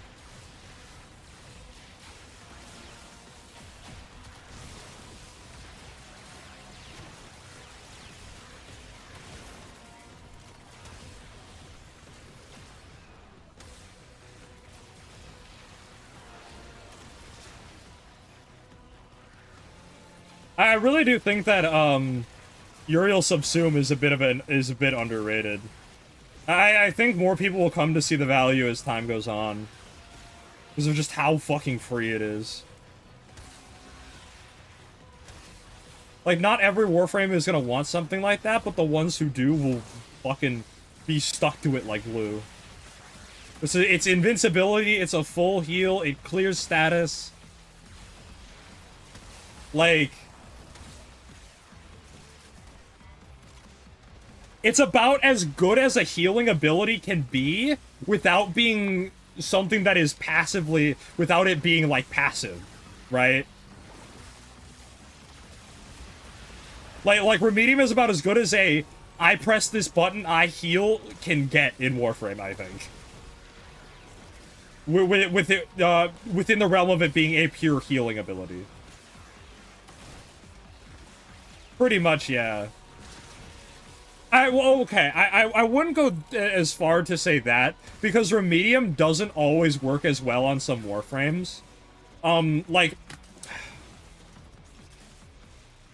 Remedium is better, when you are actively using your stats to tank. So, like, anyone that wants to use, the Persistence is going to want Remedium, basically.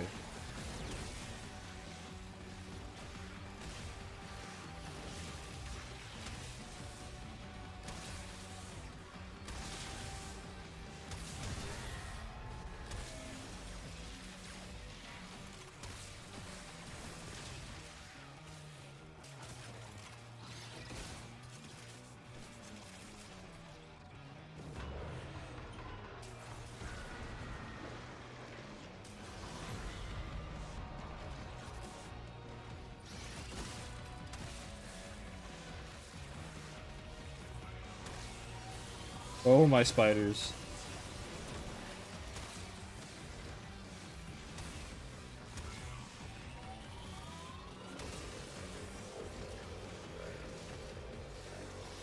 Hello. Hey, that's good to hear you got your net back. Wonderful news. Yes, we are in Descendia. Also, what the fuck is Caliban doing? Jesus. We're talking about Packwatch Rip Destiny 2.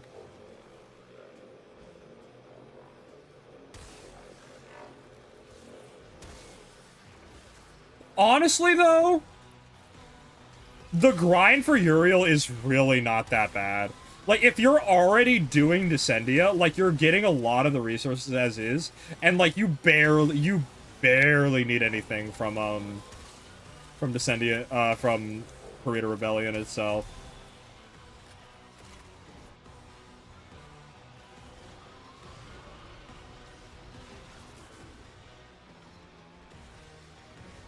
Raxia really just does not give a shit, though. Yeah, vaulted content is like, what the fuck is wrong with the devs? I think that vaulted content is the sole reason why Destiny 2 deserved to be shut down. Not shut down, but discontinued, rather. Because, like, what the fuck? And now now people are definitely never going to be able to play a lot of that content. Like... They're just cooked. You know? You wanted to ever play that content, well, now you're really never going to.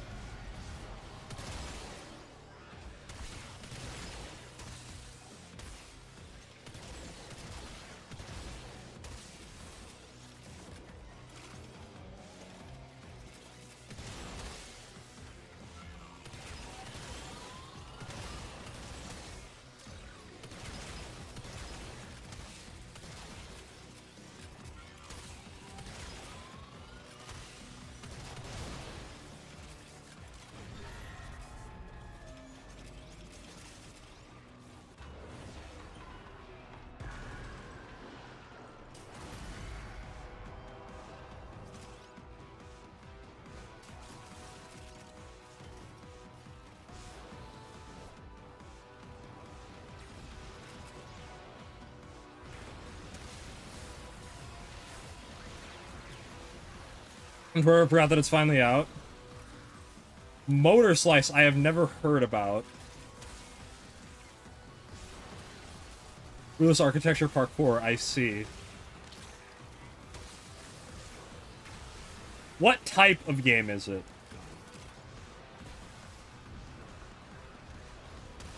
Like what's the genre?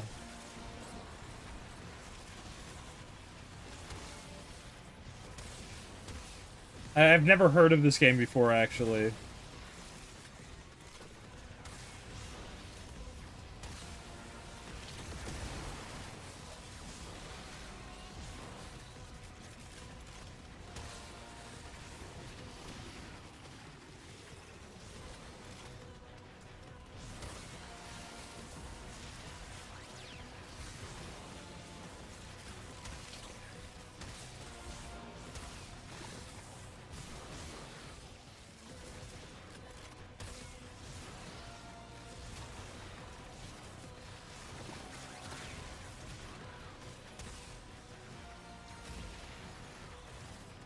You know, something I'm actually really excited about for the next, Shadow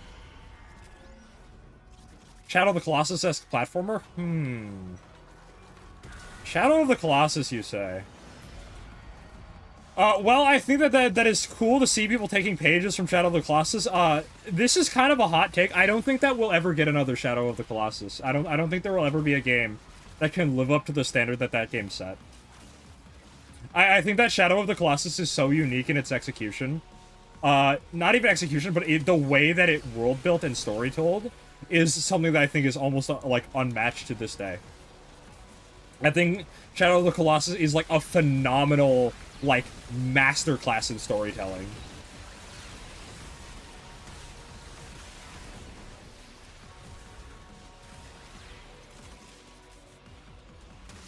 I played it on stream, actually. Back in the day. I do have the VODs saved on YouTube, actually. Just because it's it's such a treasured game of mine. It's something that I actually never got to play until I streamed it. But I had seen plenty of playthroughs, and I think it's so fucking cool.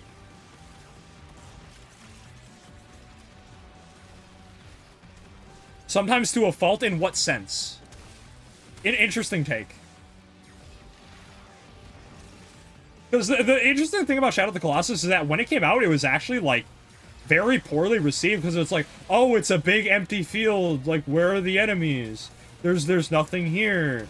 It's just, you go from boss to, like, people didn't get the genius of it in its time. And it's like, now people looking at it as like, oh no, this was, like, an artistic choice, and, like, people get it now. Like, back in the day, like, people fucking thought it was bullshit. And also, like, yeah, no, I can totally see it. Like, it was Shadow of the Colossus was so ahead of its time.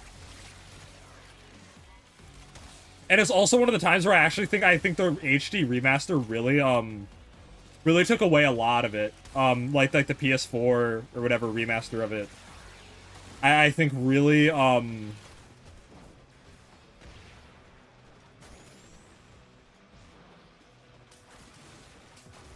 took away a lot of, like, specific artistic choices, because the problem with the remaster is that it made everything a lot more lively and vibrant, which is, I think, exactly what the game did not need, right? Like, in the remaster, you can start to see, like, oh, you can see, like, green grass and trees, and there's ambiance, and there's birds.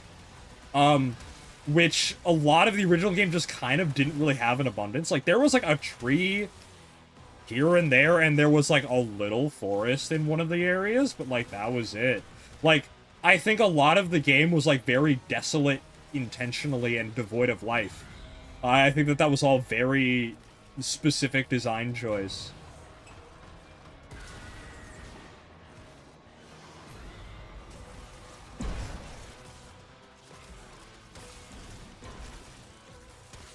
And so I think that, like, a lot of, like, the updated like fidelity and graphics, it's like, well, it does look nice from a technical standpoint. I think it steps on the toes of the art direction. I think the what is it, the 5th Colossus, one of my favorite, the Aquarius boss is probably the biggest example of that, where it's like, I think the art style really kind of fucked it over. Argento frustrating? I would not say so. I don't think that that is necessarily true.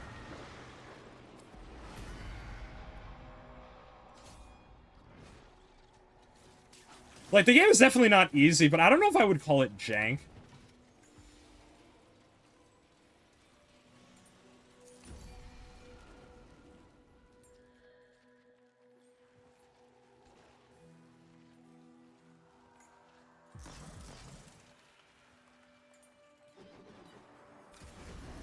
Funny. Really good indie game.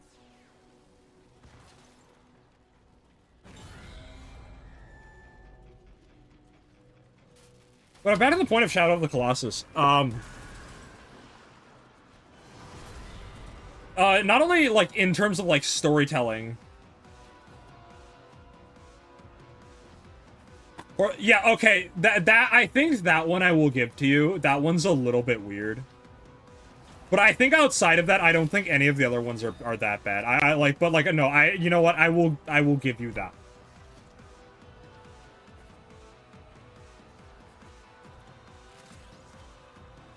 But no, I think that, like, genuinely, like, the puzzles made by the Colossus are so interesting and just so unique.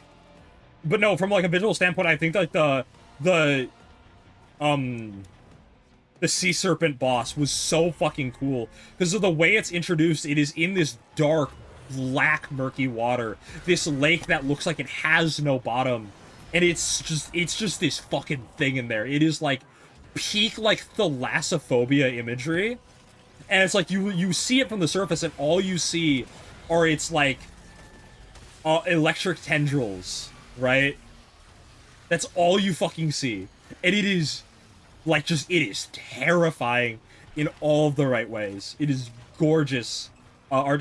But the thing is, in the remaster, what they did is that they put they made the water, like, a little bit brighter, and they put a visible bottom of the lake. Like, you could see, like, seaweed and, like, kelp or whatever at the, like, implicating that there is a lake bottom that you can see. And I think that that removes some of it because it implies that the lake is not that deep. But in the original, because there was nothing at the bottom, you could not see the bottom. It really amplified, like, just the fucking terror of, like, there is this thing swimming around in this bottomless lake, and God, you are fucked for it. Absolutely love Shadow of the Colossus. One of my favorites.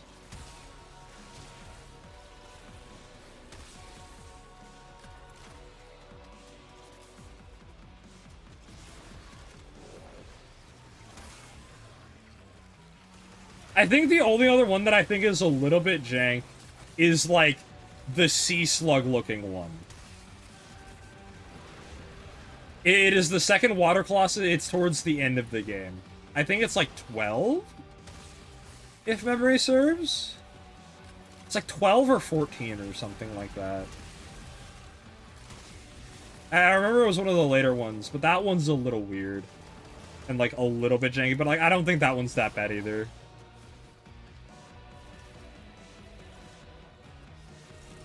Which one was that? The second to last one is the one where you have to, like, climb, like, the city walls to get on top of them, right? That's that one, right? And he's just kind of like another, like, I'm a big fucking giant dude. I think that's that one, right?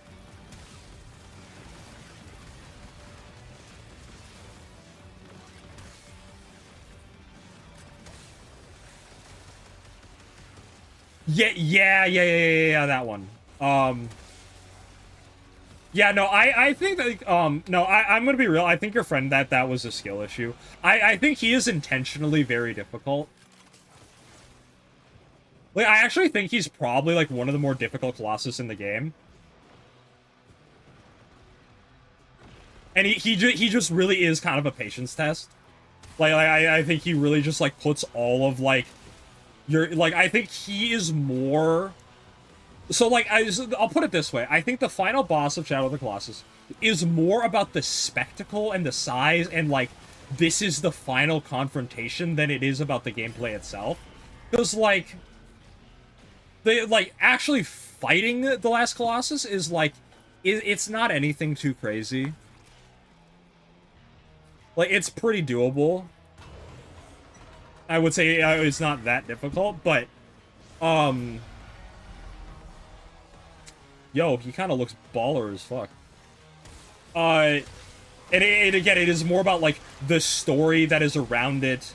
You know, the spectacle of him being the biggest fucking Colossus. Dude is just fucking unreasonably massive. Just huge motherfucker. Like, all the guys are big. No, this guy is big. You know? Like, you really feel like... it's like a fucking harrowing climb just to reach him. And it's like, oh my god, this is only like the foot of him.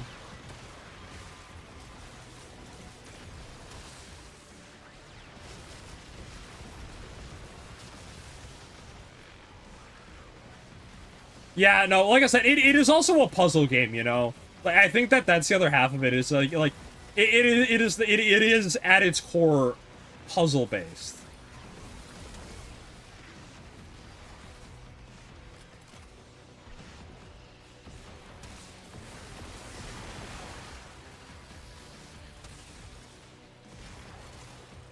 Yeah, the last one is fucking fantastic. My design is a little bit inspired by him, actually. Just a little bit.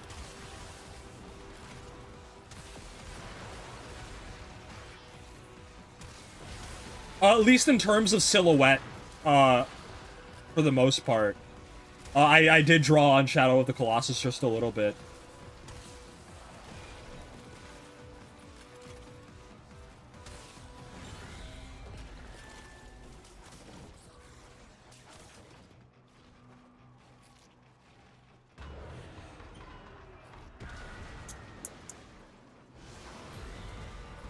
Yeah, Shadow of the Colossus is such a gorgeous game.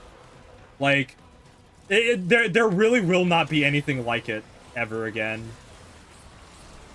Like, just like the sheer level of, like, mysticism it had, in a sense, like, it really felt like one of, like, the last bastions of, like, old-school gaming rumors, right?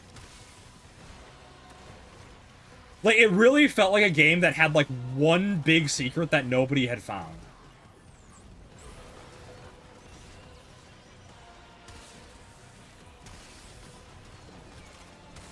It's like the Paramotor Slice, like, I've not seen this game, I can't speak for it, but, like, again, I am not confident that any game can replicate, like, the way Shadow of the Colossus, did storytelling.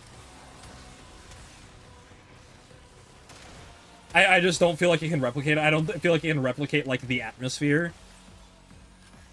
Like, immersion is one thing, but that's not what made Shadow of the Colossus good. It really truly felt like the gameplay told the story in such a masterful way.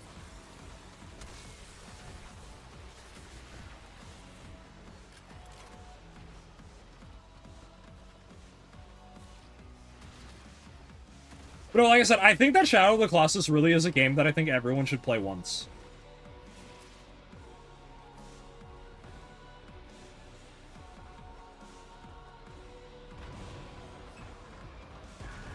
Just like watching it and playing it are two very different experiences.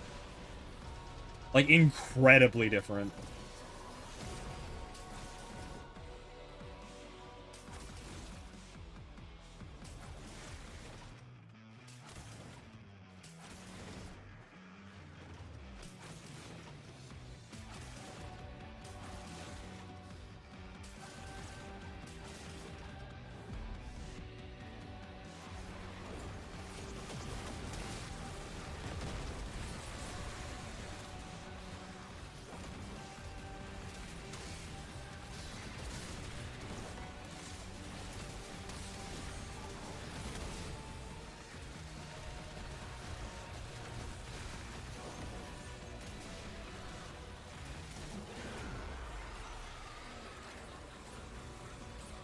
Get that motherfucker type shit.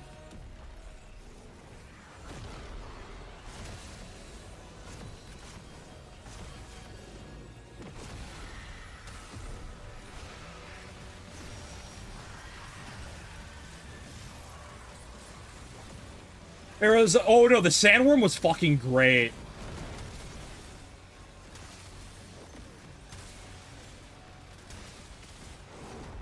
That's the other thing I think that Shadow of the Colossus did so well. It did so well with, like, subtle horror elements, too. Like, it really makes you feel uncomfortable sometimes. Like, holy fucking shit, I'm going to die. Right? Like, it really, like, does such a good job of, like, building suspense and creating tension in such good ways.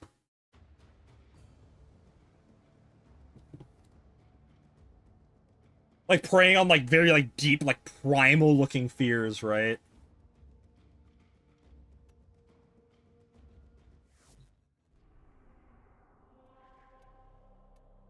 Like, the sandworm, for instance, like, that is eyes facing forward. That is a predator. You know? Pretty good fissures. Oh, so we do. Let's go grab Nyx and just have a good time, chat. I need, like, Forma.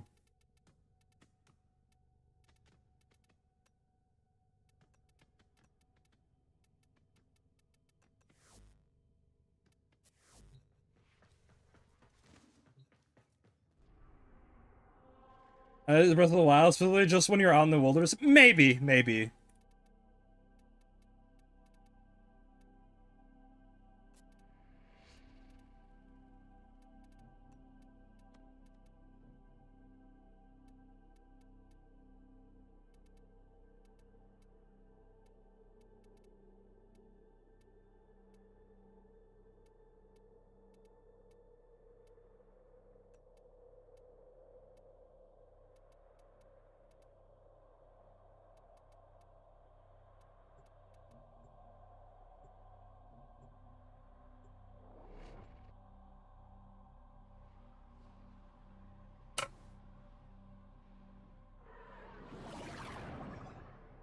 And, like, the thing is the people who made Shadow of the Colossus made 2 other games. Which are, like... It's obviously Ico, or Eco, however you want to pronounce it, and then you have Last Guardian. We know that Eco, like, vaguely connects to Shadow of the Colossus, but I don't think Last Guardian does as far as I'm aware. I think a lot of how the way it connects to Last Guardian is just pure theory with no evidence. But, like, Eco had some, like, very specific things about it, where it was like, okay, there has to be some connection.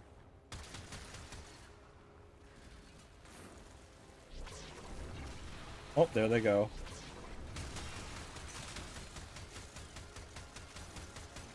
Oh my god, there goes the nuke. Oops! Oops!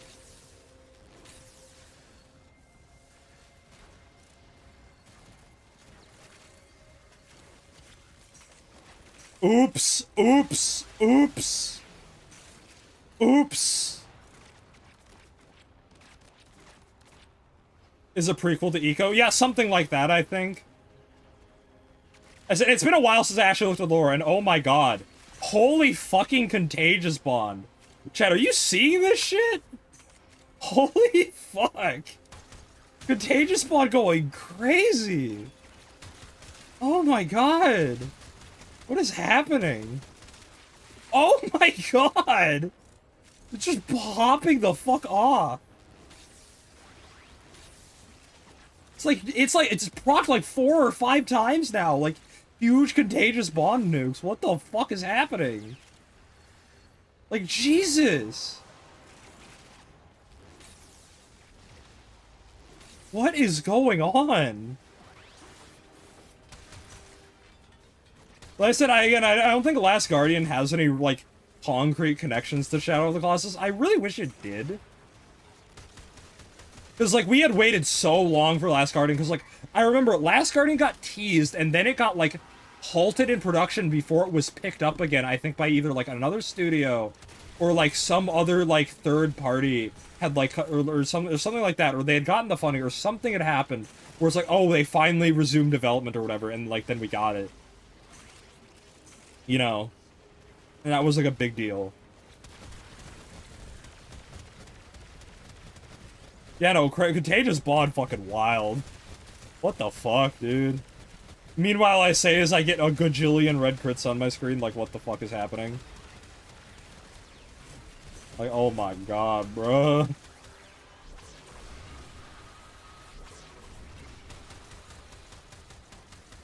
Get this guy in on it.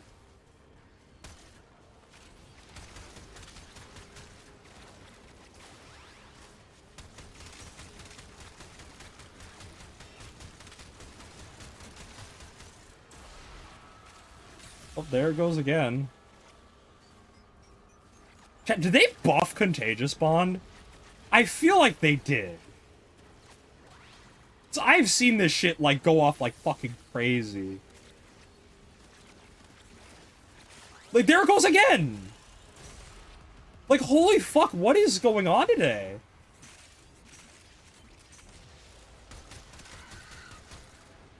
Like, genuinely, what is happening?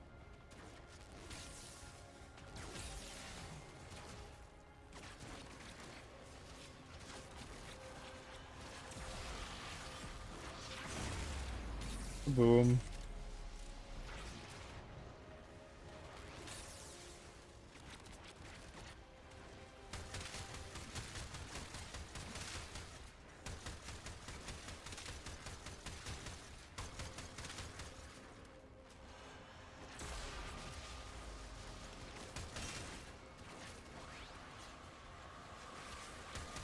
Yeah, I would put Shadow of the Colossus as, like, probably top 10 games ever made. Like, it is such a phenomenal blend of gameplay and storytelling and art direction that it goes beyond being a game, and it is truly like, an interactive work of art, I would say.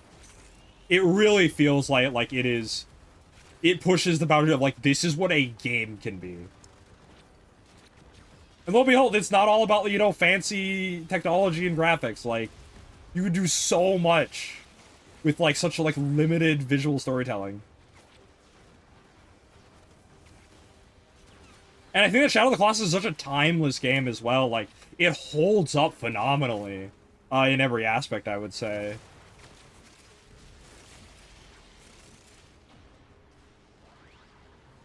I think, honestly, ironically, one of the weak points is, like, the fact that it is a game, so it does have bugs. Like, and not everything is always going to work as intended 100% of the time, especially given its age.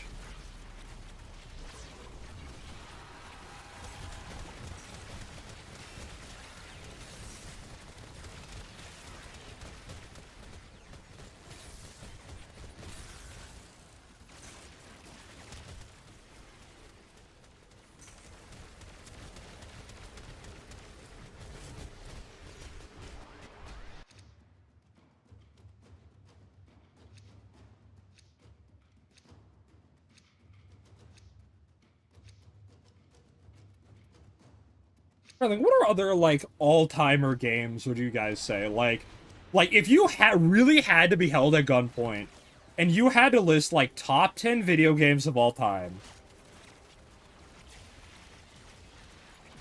like, what would your list look like?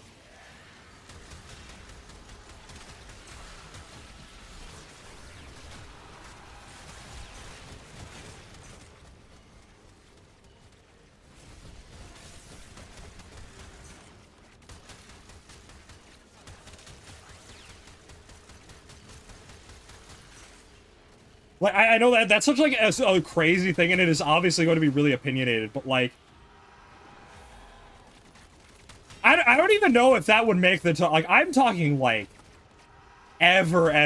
Like, I would say that the only Mario title that makes that list is 64, and that is because of how revolutionary it was.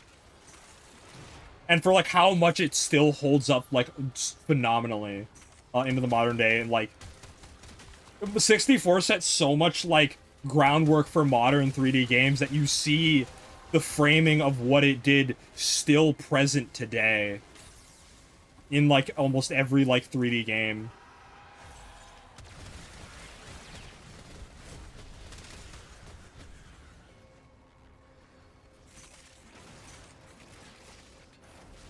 Like, 64 was, like, a game so ahead of its time, just in terms of, like, concept design and, like, the utilization of 3D.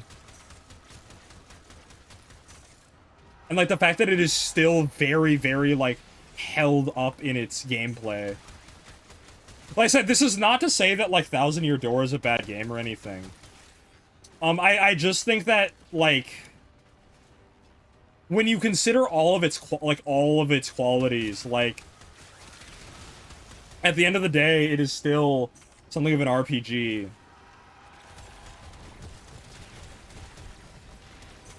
And, like, if we're talking about turn-based combat, like, I would not put a game like that high up. And it's like, this is not a diss on turn-based combat either. I'm fine with turn-based combat, but again, you really have to have a lot else to make that worthwhile. And it's like it's a fine, like, good storytelling RPG. Like, Thousand Year Door is a fine game. But, like, when you consider, like, the scope of every game ever made, it's just, I just feel like it hasn't done enough to impact, like, because it can't just be a good game. I feel like it really has to have, like, impact on either, like, the design of games or, like, cultural impact.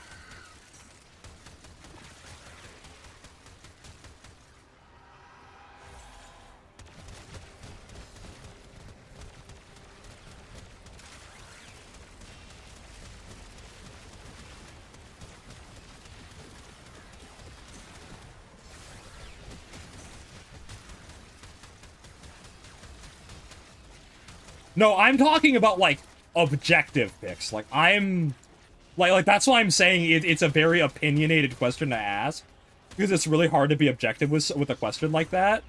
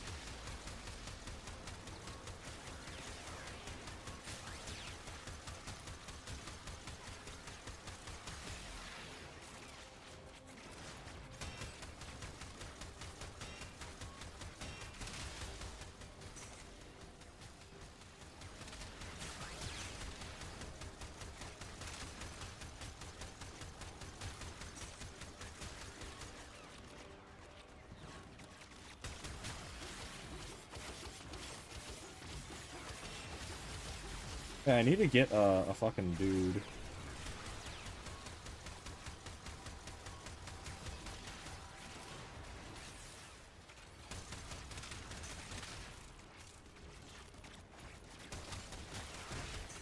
I'm like slacking here.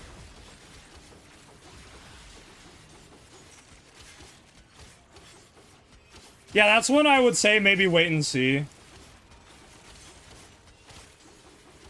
But no, like I said, I would put like Shadow of the Colossus in there. I would put Mario 64 in there. Granted, I would probably put Mario 64 at like a low spot, but I think it definitely deserves to be there just because of how much of a revolution of a game it was.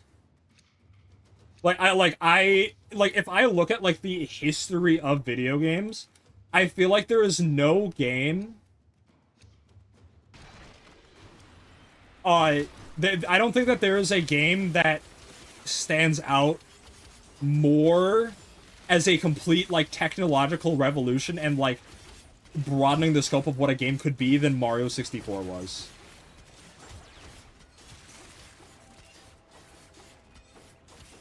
And that's such, like, a high merit to have, but, like, that's one of the... like, yeah, obviously Minecraft is going to be somewhere in there.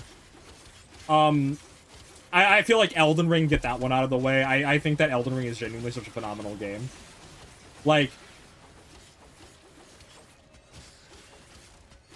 I don't know where on the list I would put it, but I just...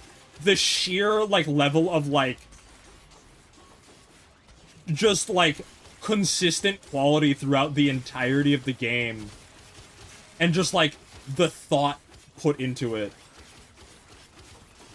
Black Flag, BioShock. You know what? I think Halo. You know what? I will concede on specifically Halo. So the thing is with Dark Souls is one that the problem with Dark Souls is that it came out at the same time as Skyrim, right?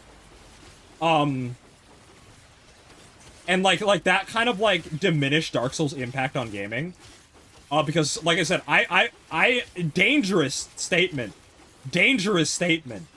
I would say that Skyrim arguably deserves to be on that list somewhere. Even though I don't even like, even though like, I personally would not put it there, I would say that like, Skyrim is a landmark title in gaming. Like when I was talking about it, Mario 64, like one of the biggest revolutions, I think like, Mario 64 is one, and I think the second one is Skyrim. Skyrim did so much, to like revolutionize like a lot of like game systems, and was just like such a technical like leap forward, I would say, into like the scope of what a game can be.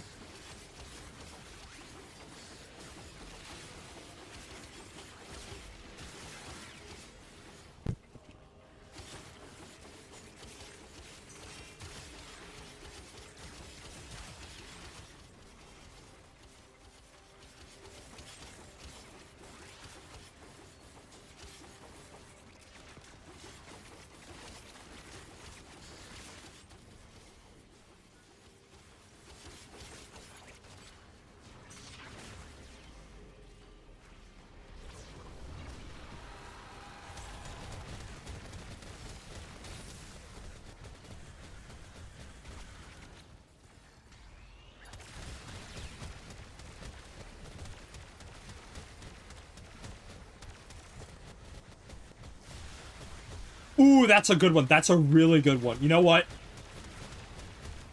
So let me like type this like we have like a top 10. Hang on, let me do a little bit of typing here. Just so it's like I can have this on screen.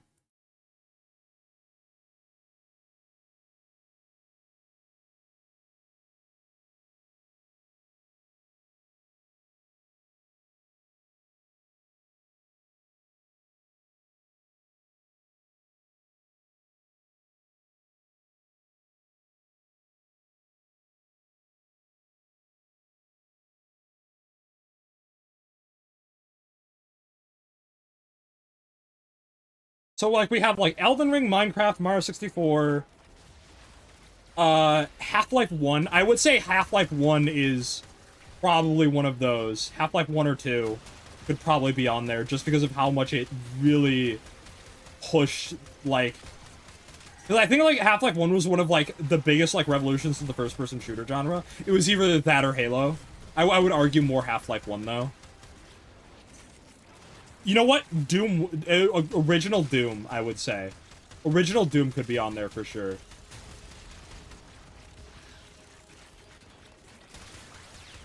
I think Left 4 Dead is a great game. I don't think it's a top 10 all-timer.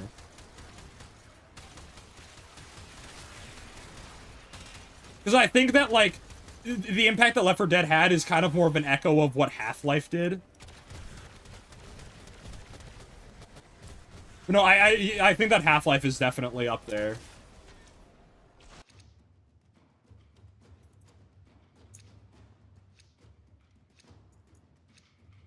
Yeah, have a good night, Scarecrow.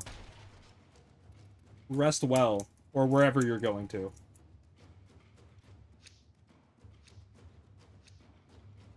But,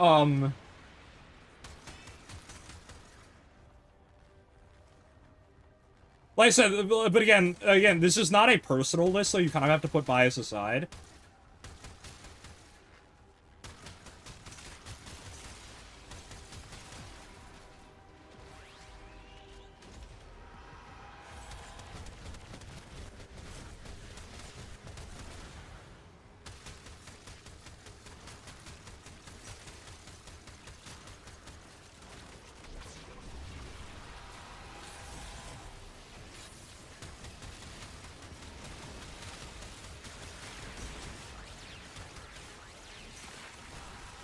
Thank you, Contagious Bond. Very cool.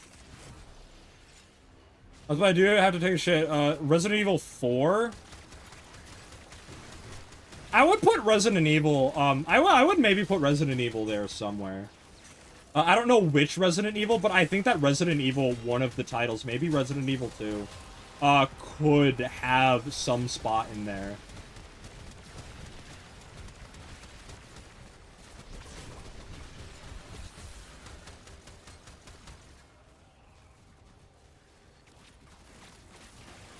I get a bombard, please.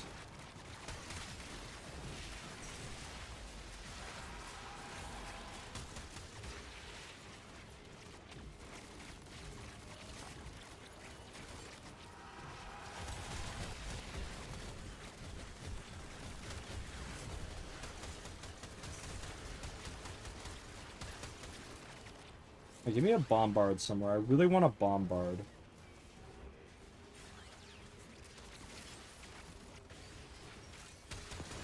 I don't see one, though.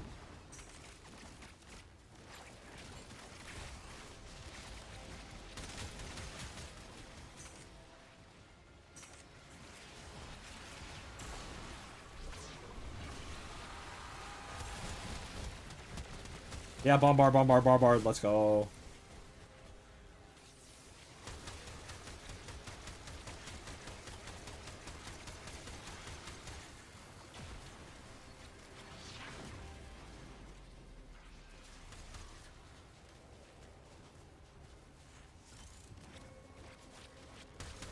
Oh, what else would be on here?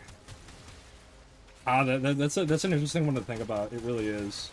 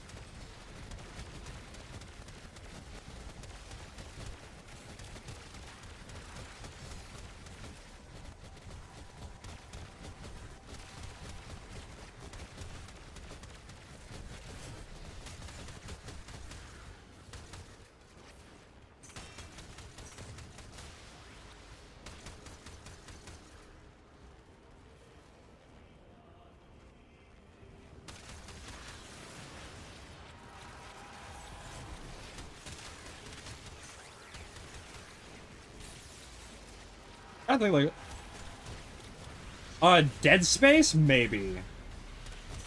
I have not played Dead Space, I wouldn't know. But I think Resident Evil 2 could maybe make a spot somewhere. I think Resident Evil 2 had a big enough impact.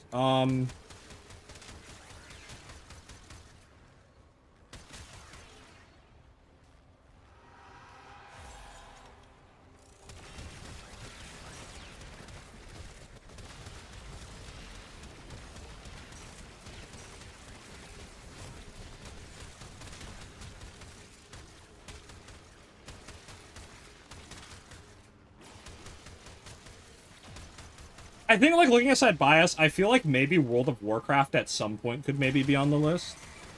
Like I said, having not played it, but just, like, the sheer, like... I think that World of Warcraft has had a big enough impact as a game to warrant that. Like, probably being one of the most influential MMOs to come out ever. In fact, I'm pretty sure it really pioneered the MMO genre as far as I'm aware. To what extent, I don't fully know.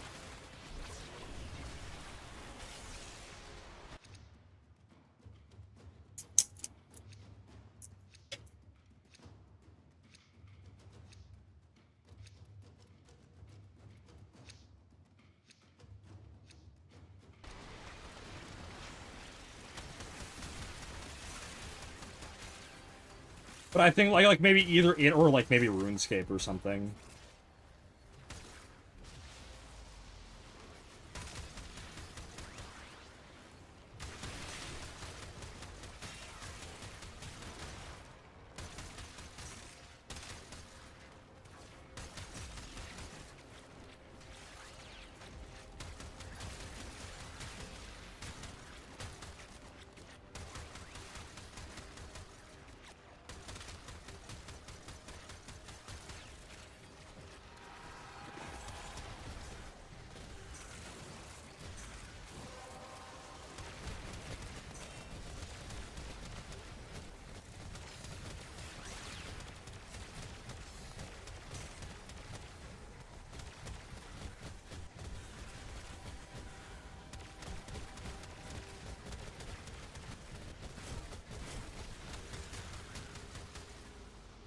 Like, realistically, if I were to look at it, though, I feel like, you know what, I would actually say that Elden Ring arguably does similar storytelling to, Shadow of the Colossus, now that I think about it, actually. You know what, I actually think that that is a fair way to put it, is that Elden Ring has very similar storytelling. So, like, maybe, like, just cut that for Elden Ring and just have that be kind of the esoteric bullshit storytelling representation.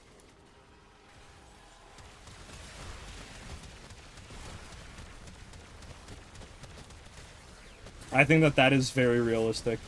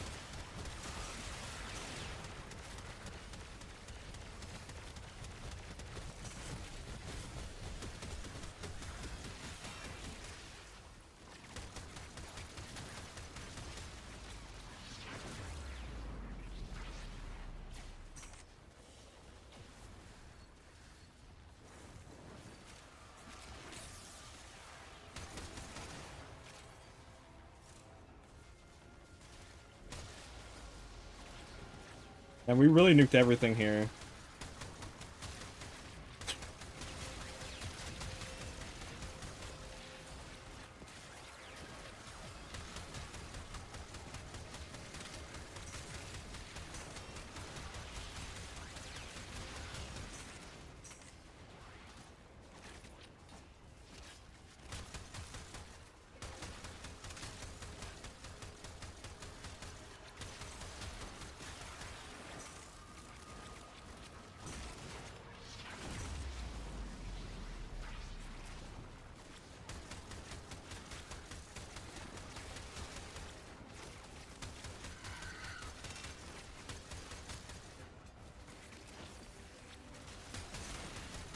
I'm trying to think about what else would be on the list.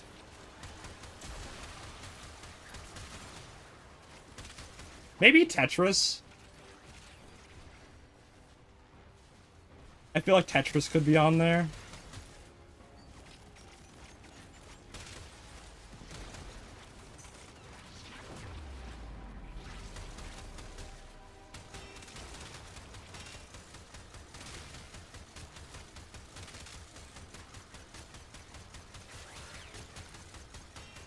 If I had to put a fighting game on this list, what would I pick? Like, probably one of the Street Fighters. If I had to guess. Like, maybe like Street Fighter 2 or something. Street Fighter 2 or 3.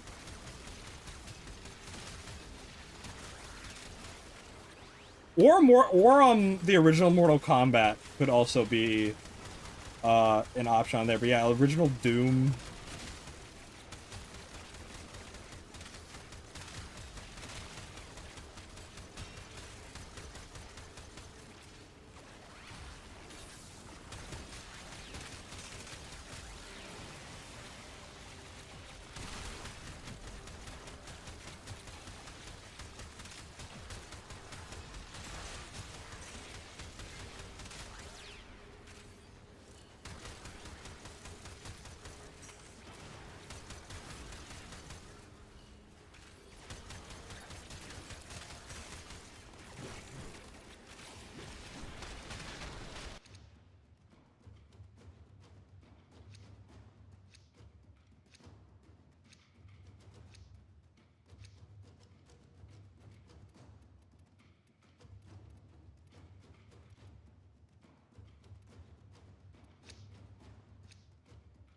What else?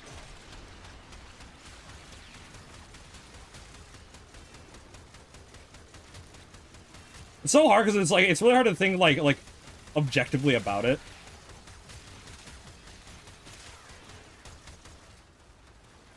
I said original Doom probably goes up there.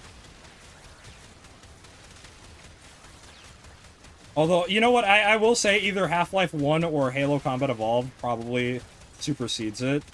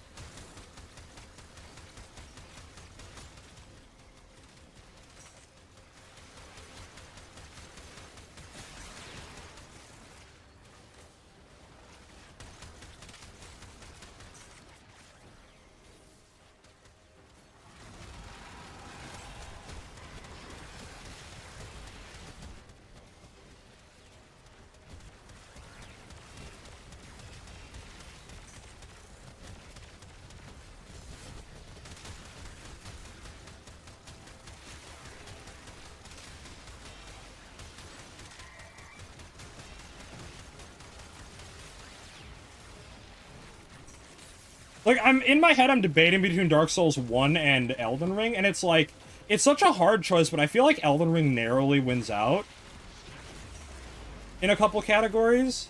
Like, I think it is just a better composed game overall, and I think that is very much, like, a relevant thing to consider.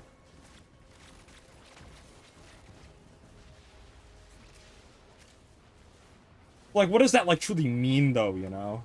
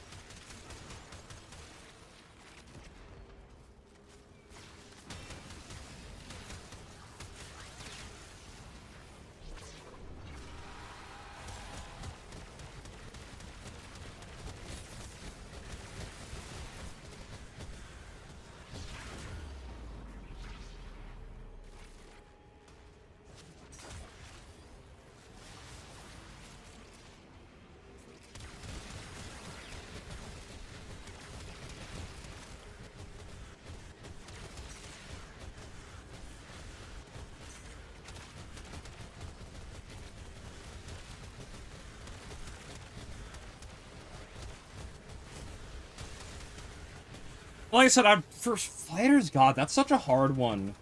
Because, like, they're all so different, but, like, I feel like maybe, like, 3 or 2 for Street Fighter would probably be up there.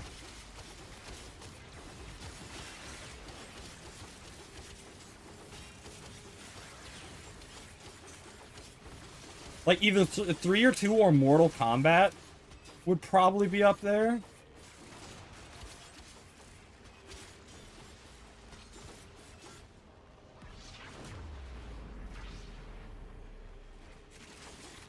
Can I have, like, enemies, please? Like, where the fuck are they?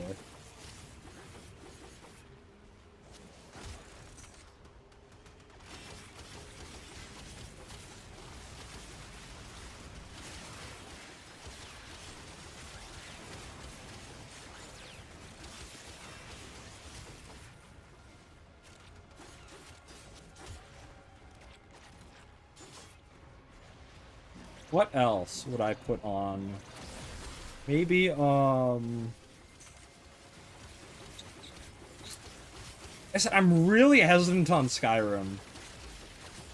I'm hesitant on Bethesda titles in general because, like, a lot of them will really good have, like, major glaring flaws that I feel like really prevent them from having longevity.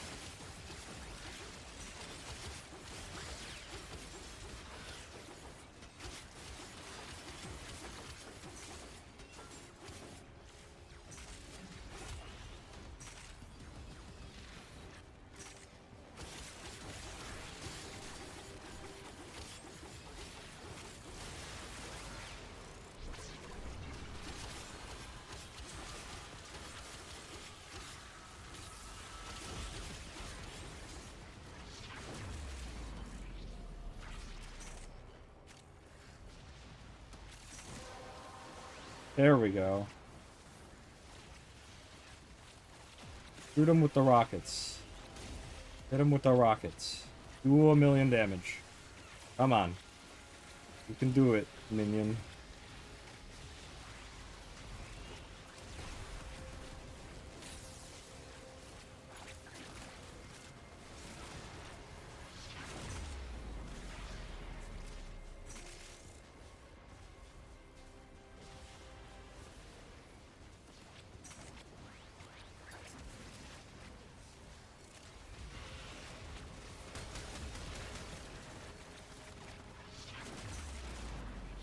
Bombards feel like cheating with Nyx, honestly. You know, that might be a video idea. Make a guide about Nyx. Just like more in-depth guide.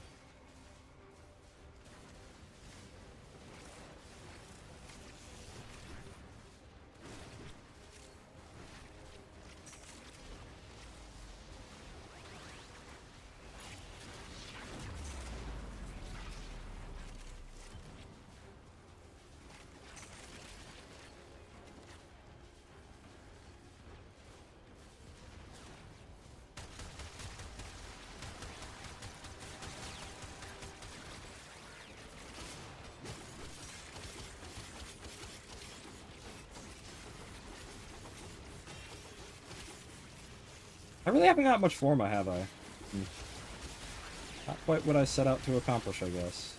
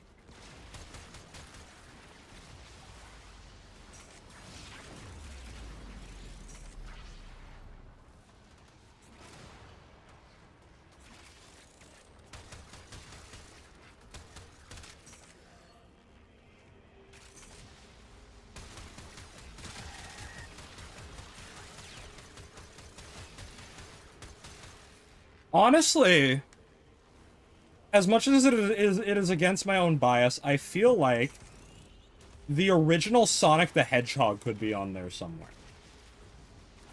I think that might have some deservedness. Like Sonic the Hedgehog, or maybe like one of the Mega Man titles.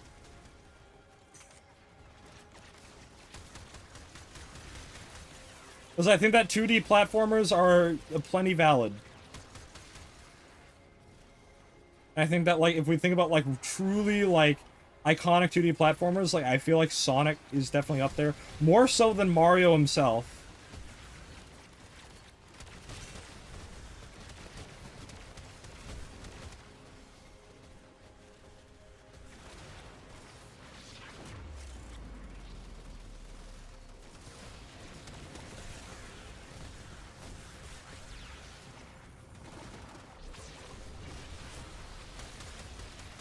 There we go, we got a bombard, finally.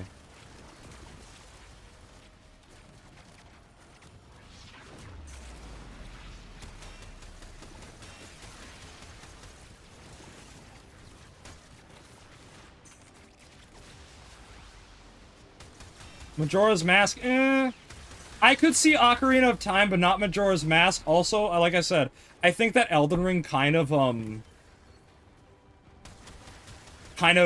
usurps its purpose as, like, the open-world adventure game.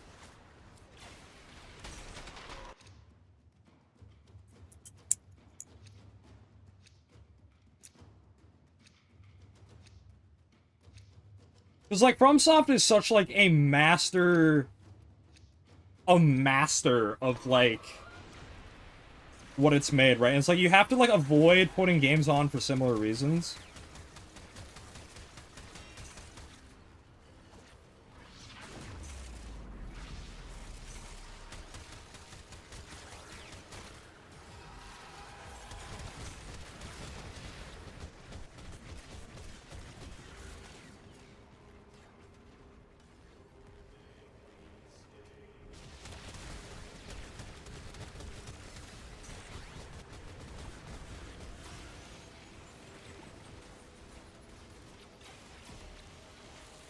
Come on, shoot him with rockets. Hit him with the rocket.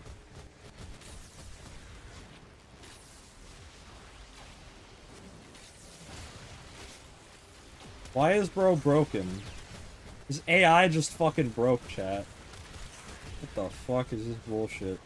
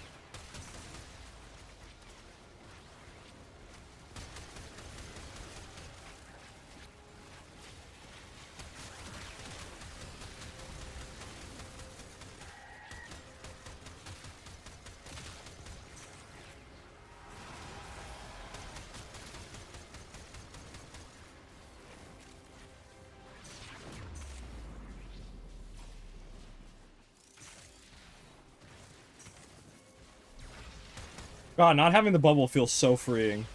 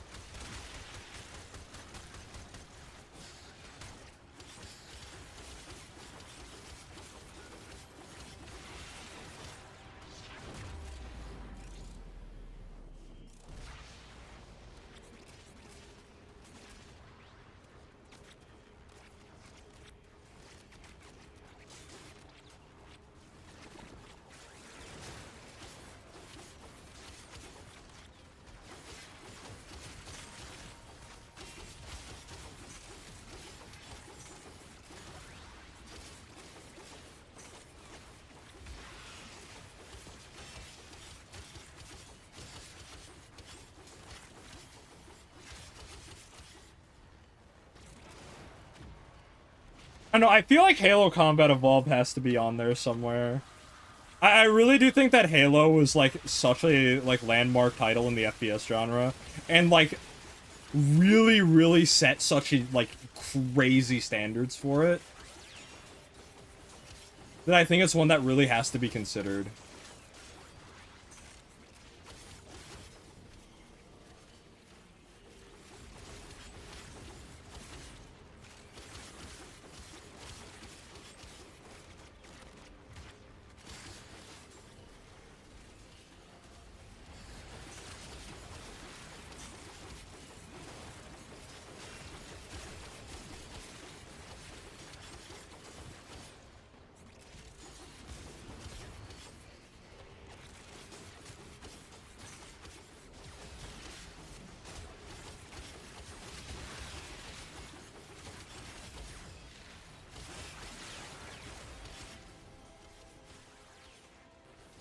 Oh, damn, that was a bombard.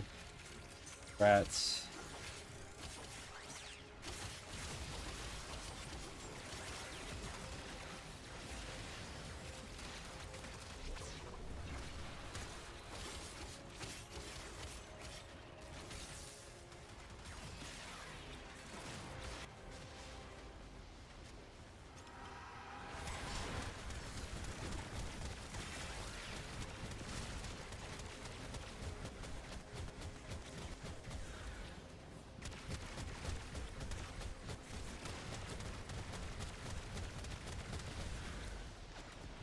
Oh, yes, the shadow people. Ugh.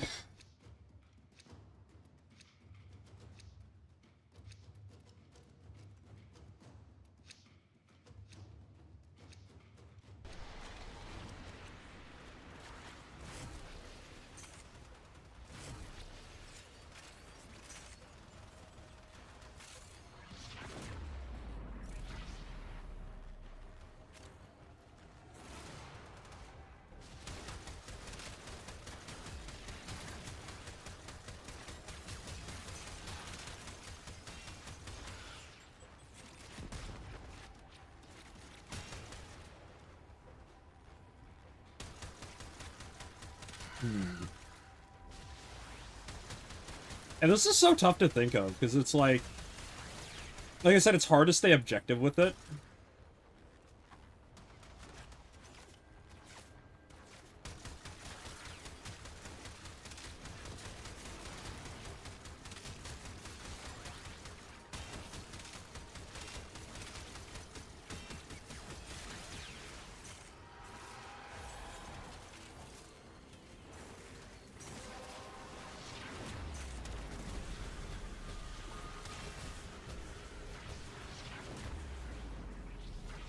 Oh my god, that was so close to dying.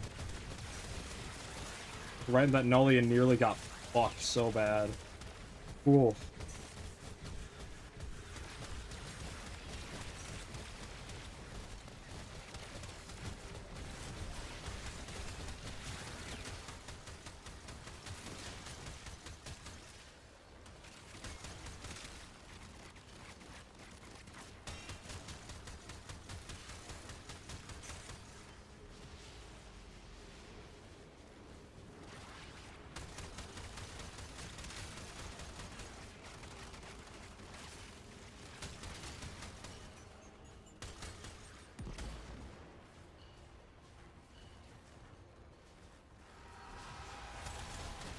Something I would not put on this list is League of Legends, chat.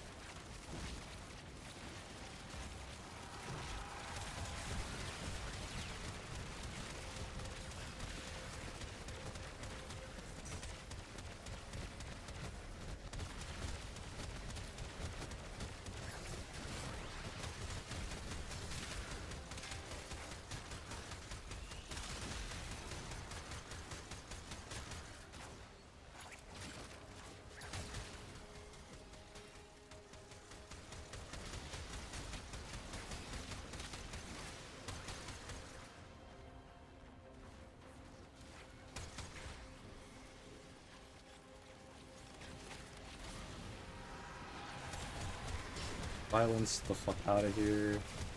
I don't feel like dealing with that shit.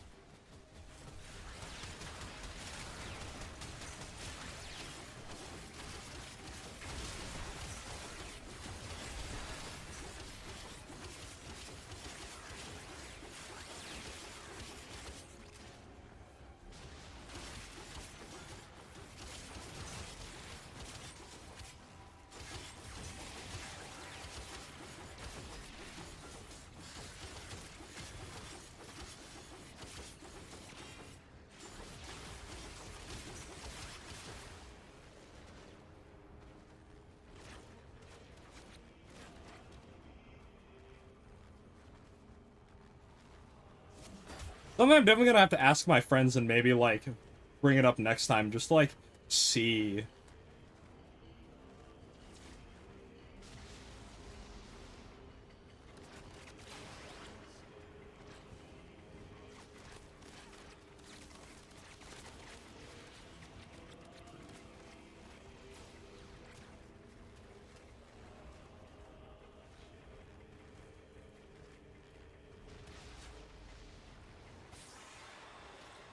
Trying to find, like, extract. I don't know where the hell it is.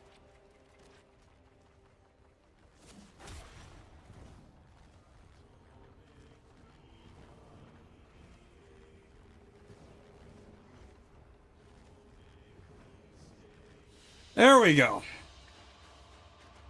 As I think that is enough for tonight. It's definitely something for me to think on, though.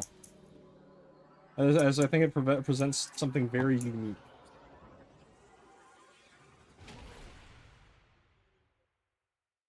Maybe that's a tweet.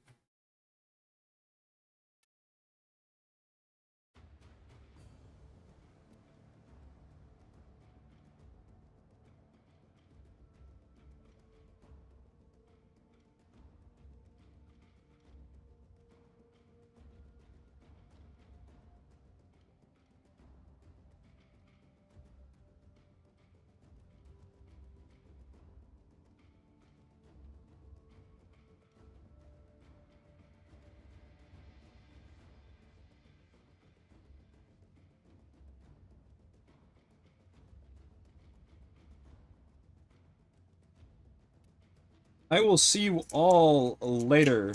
Have a wonderful night, everybody.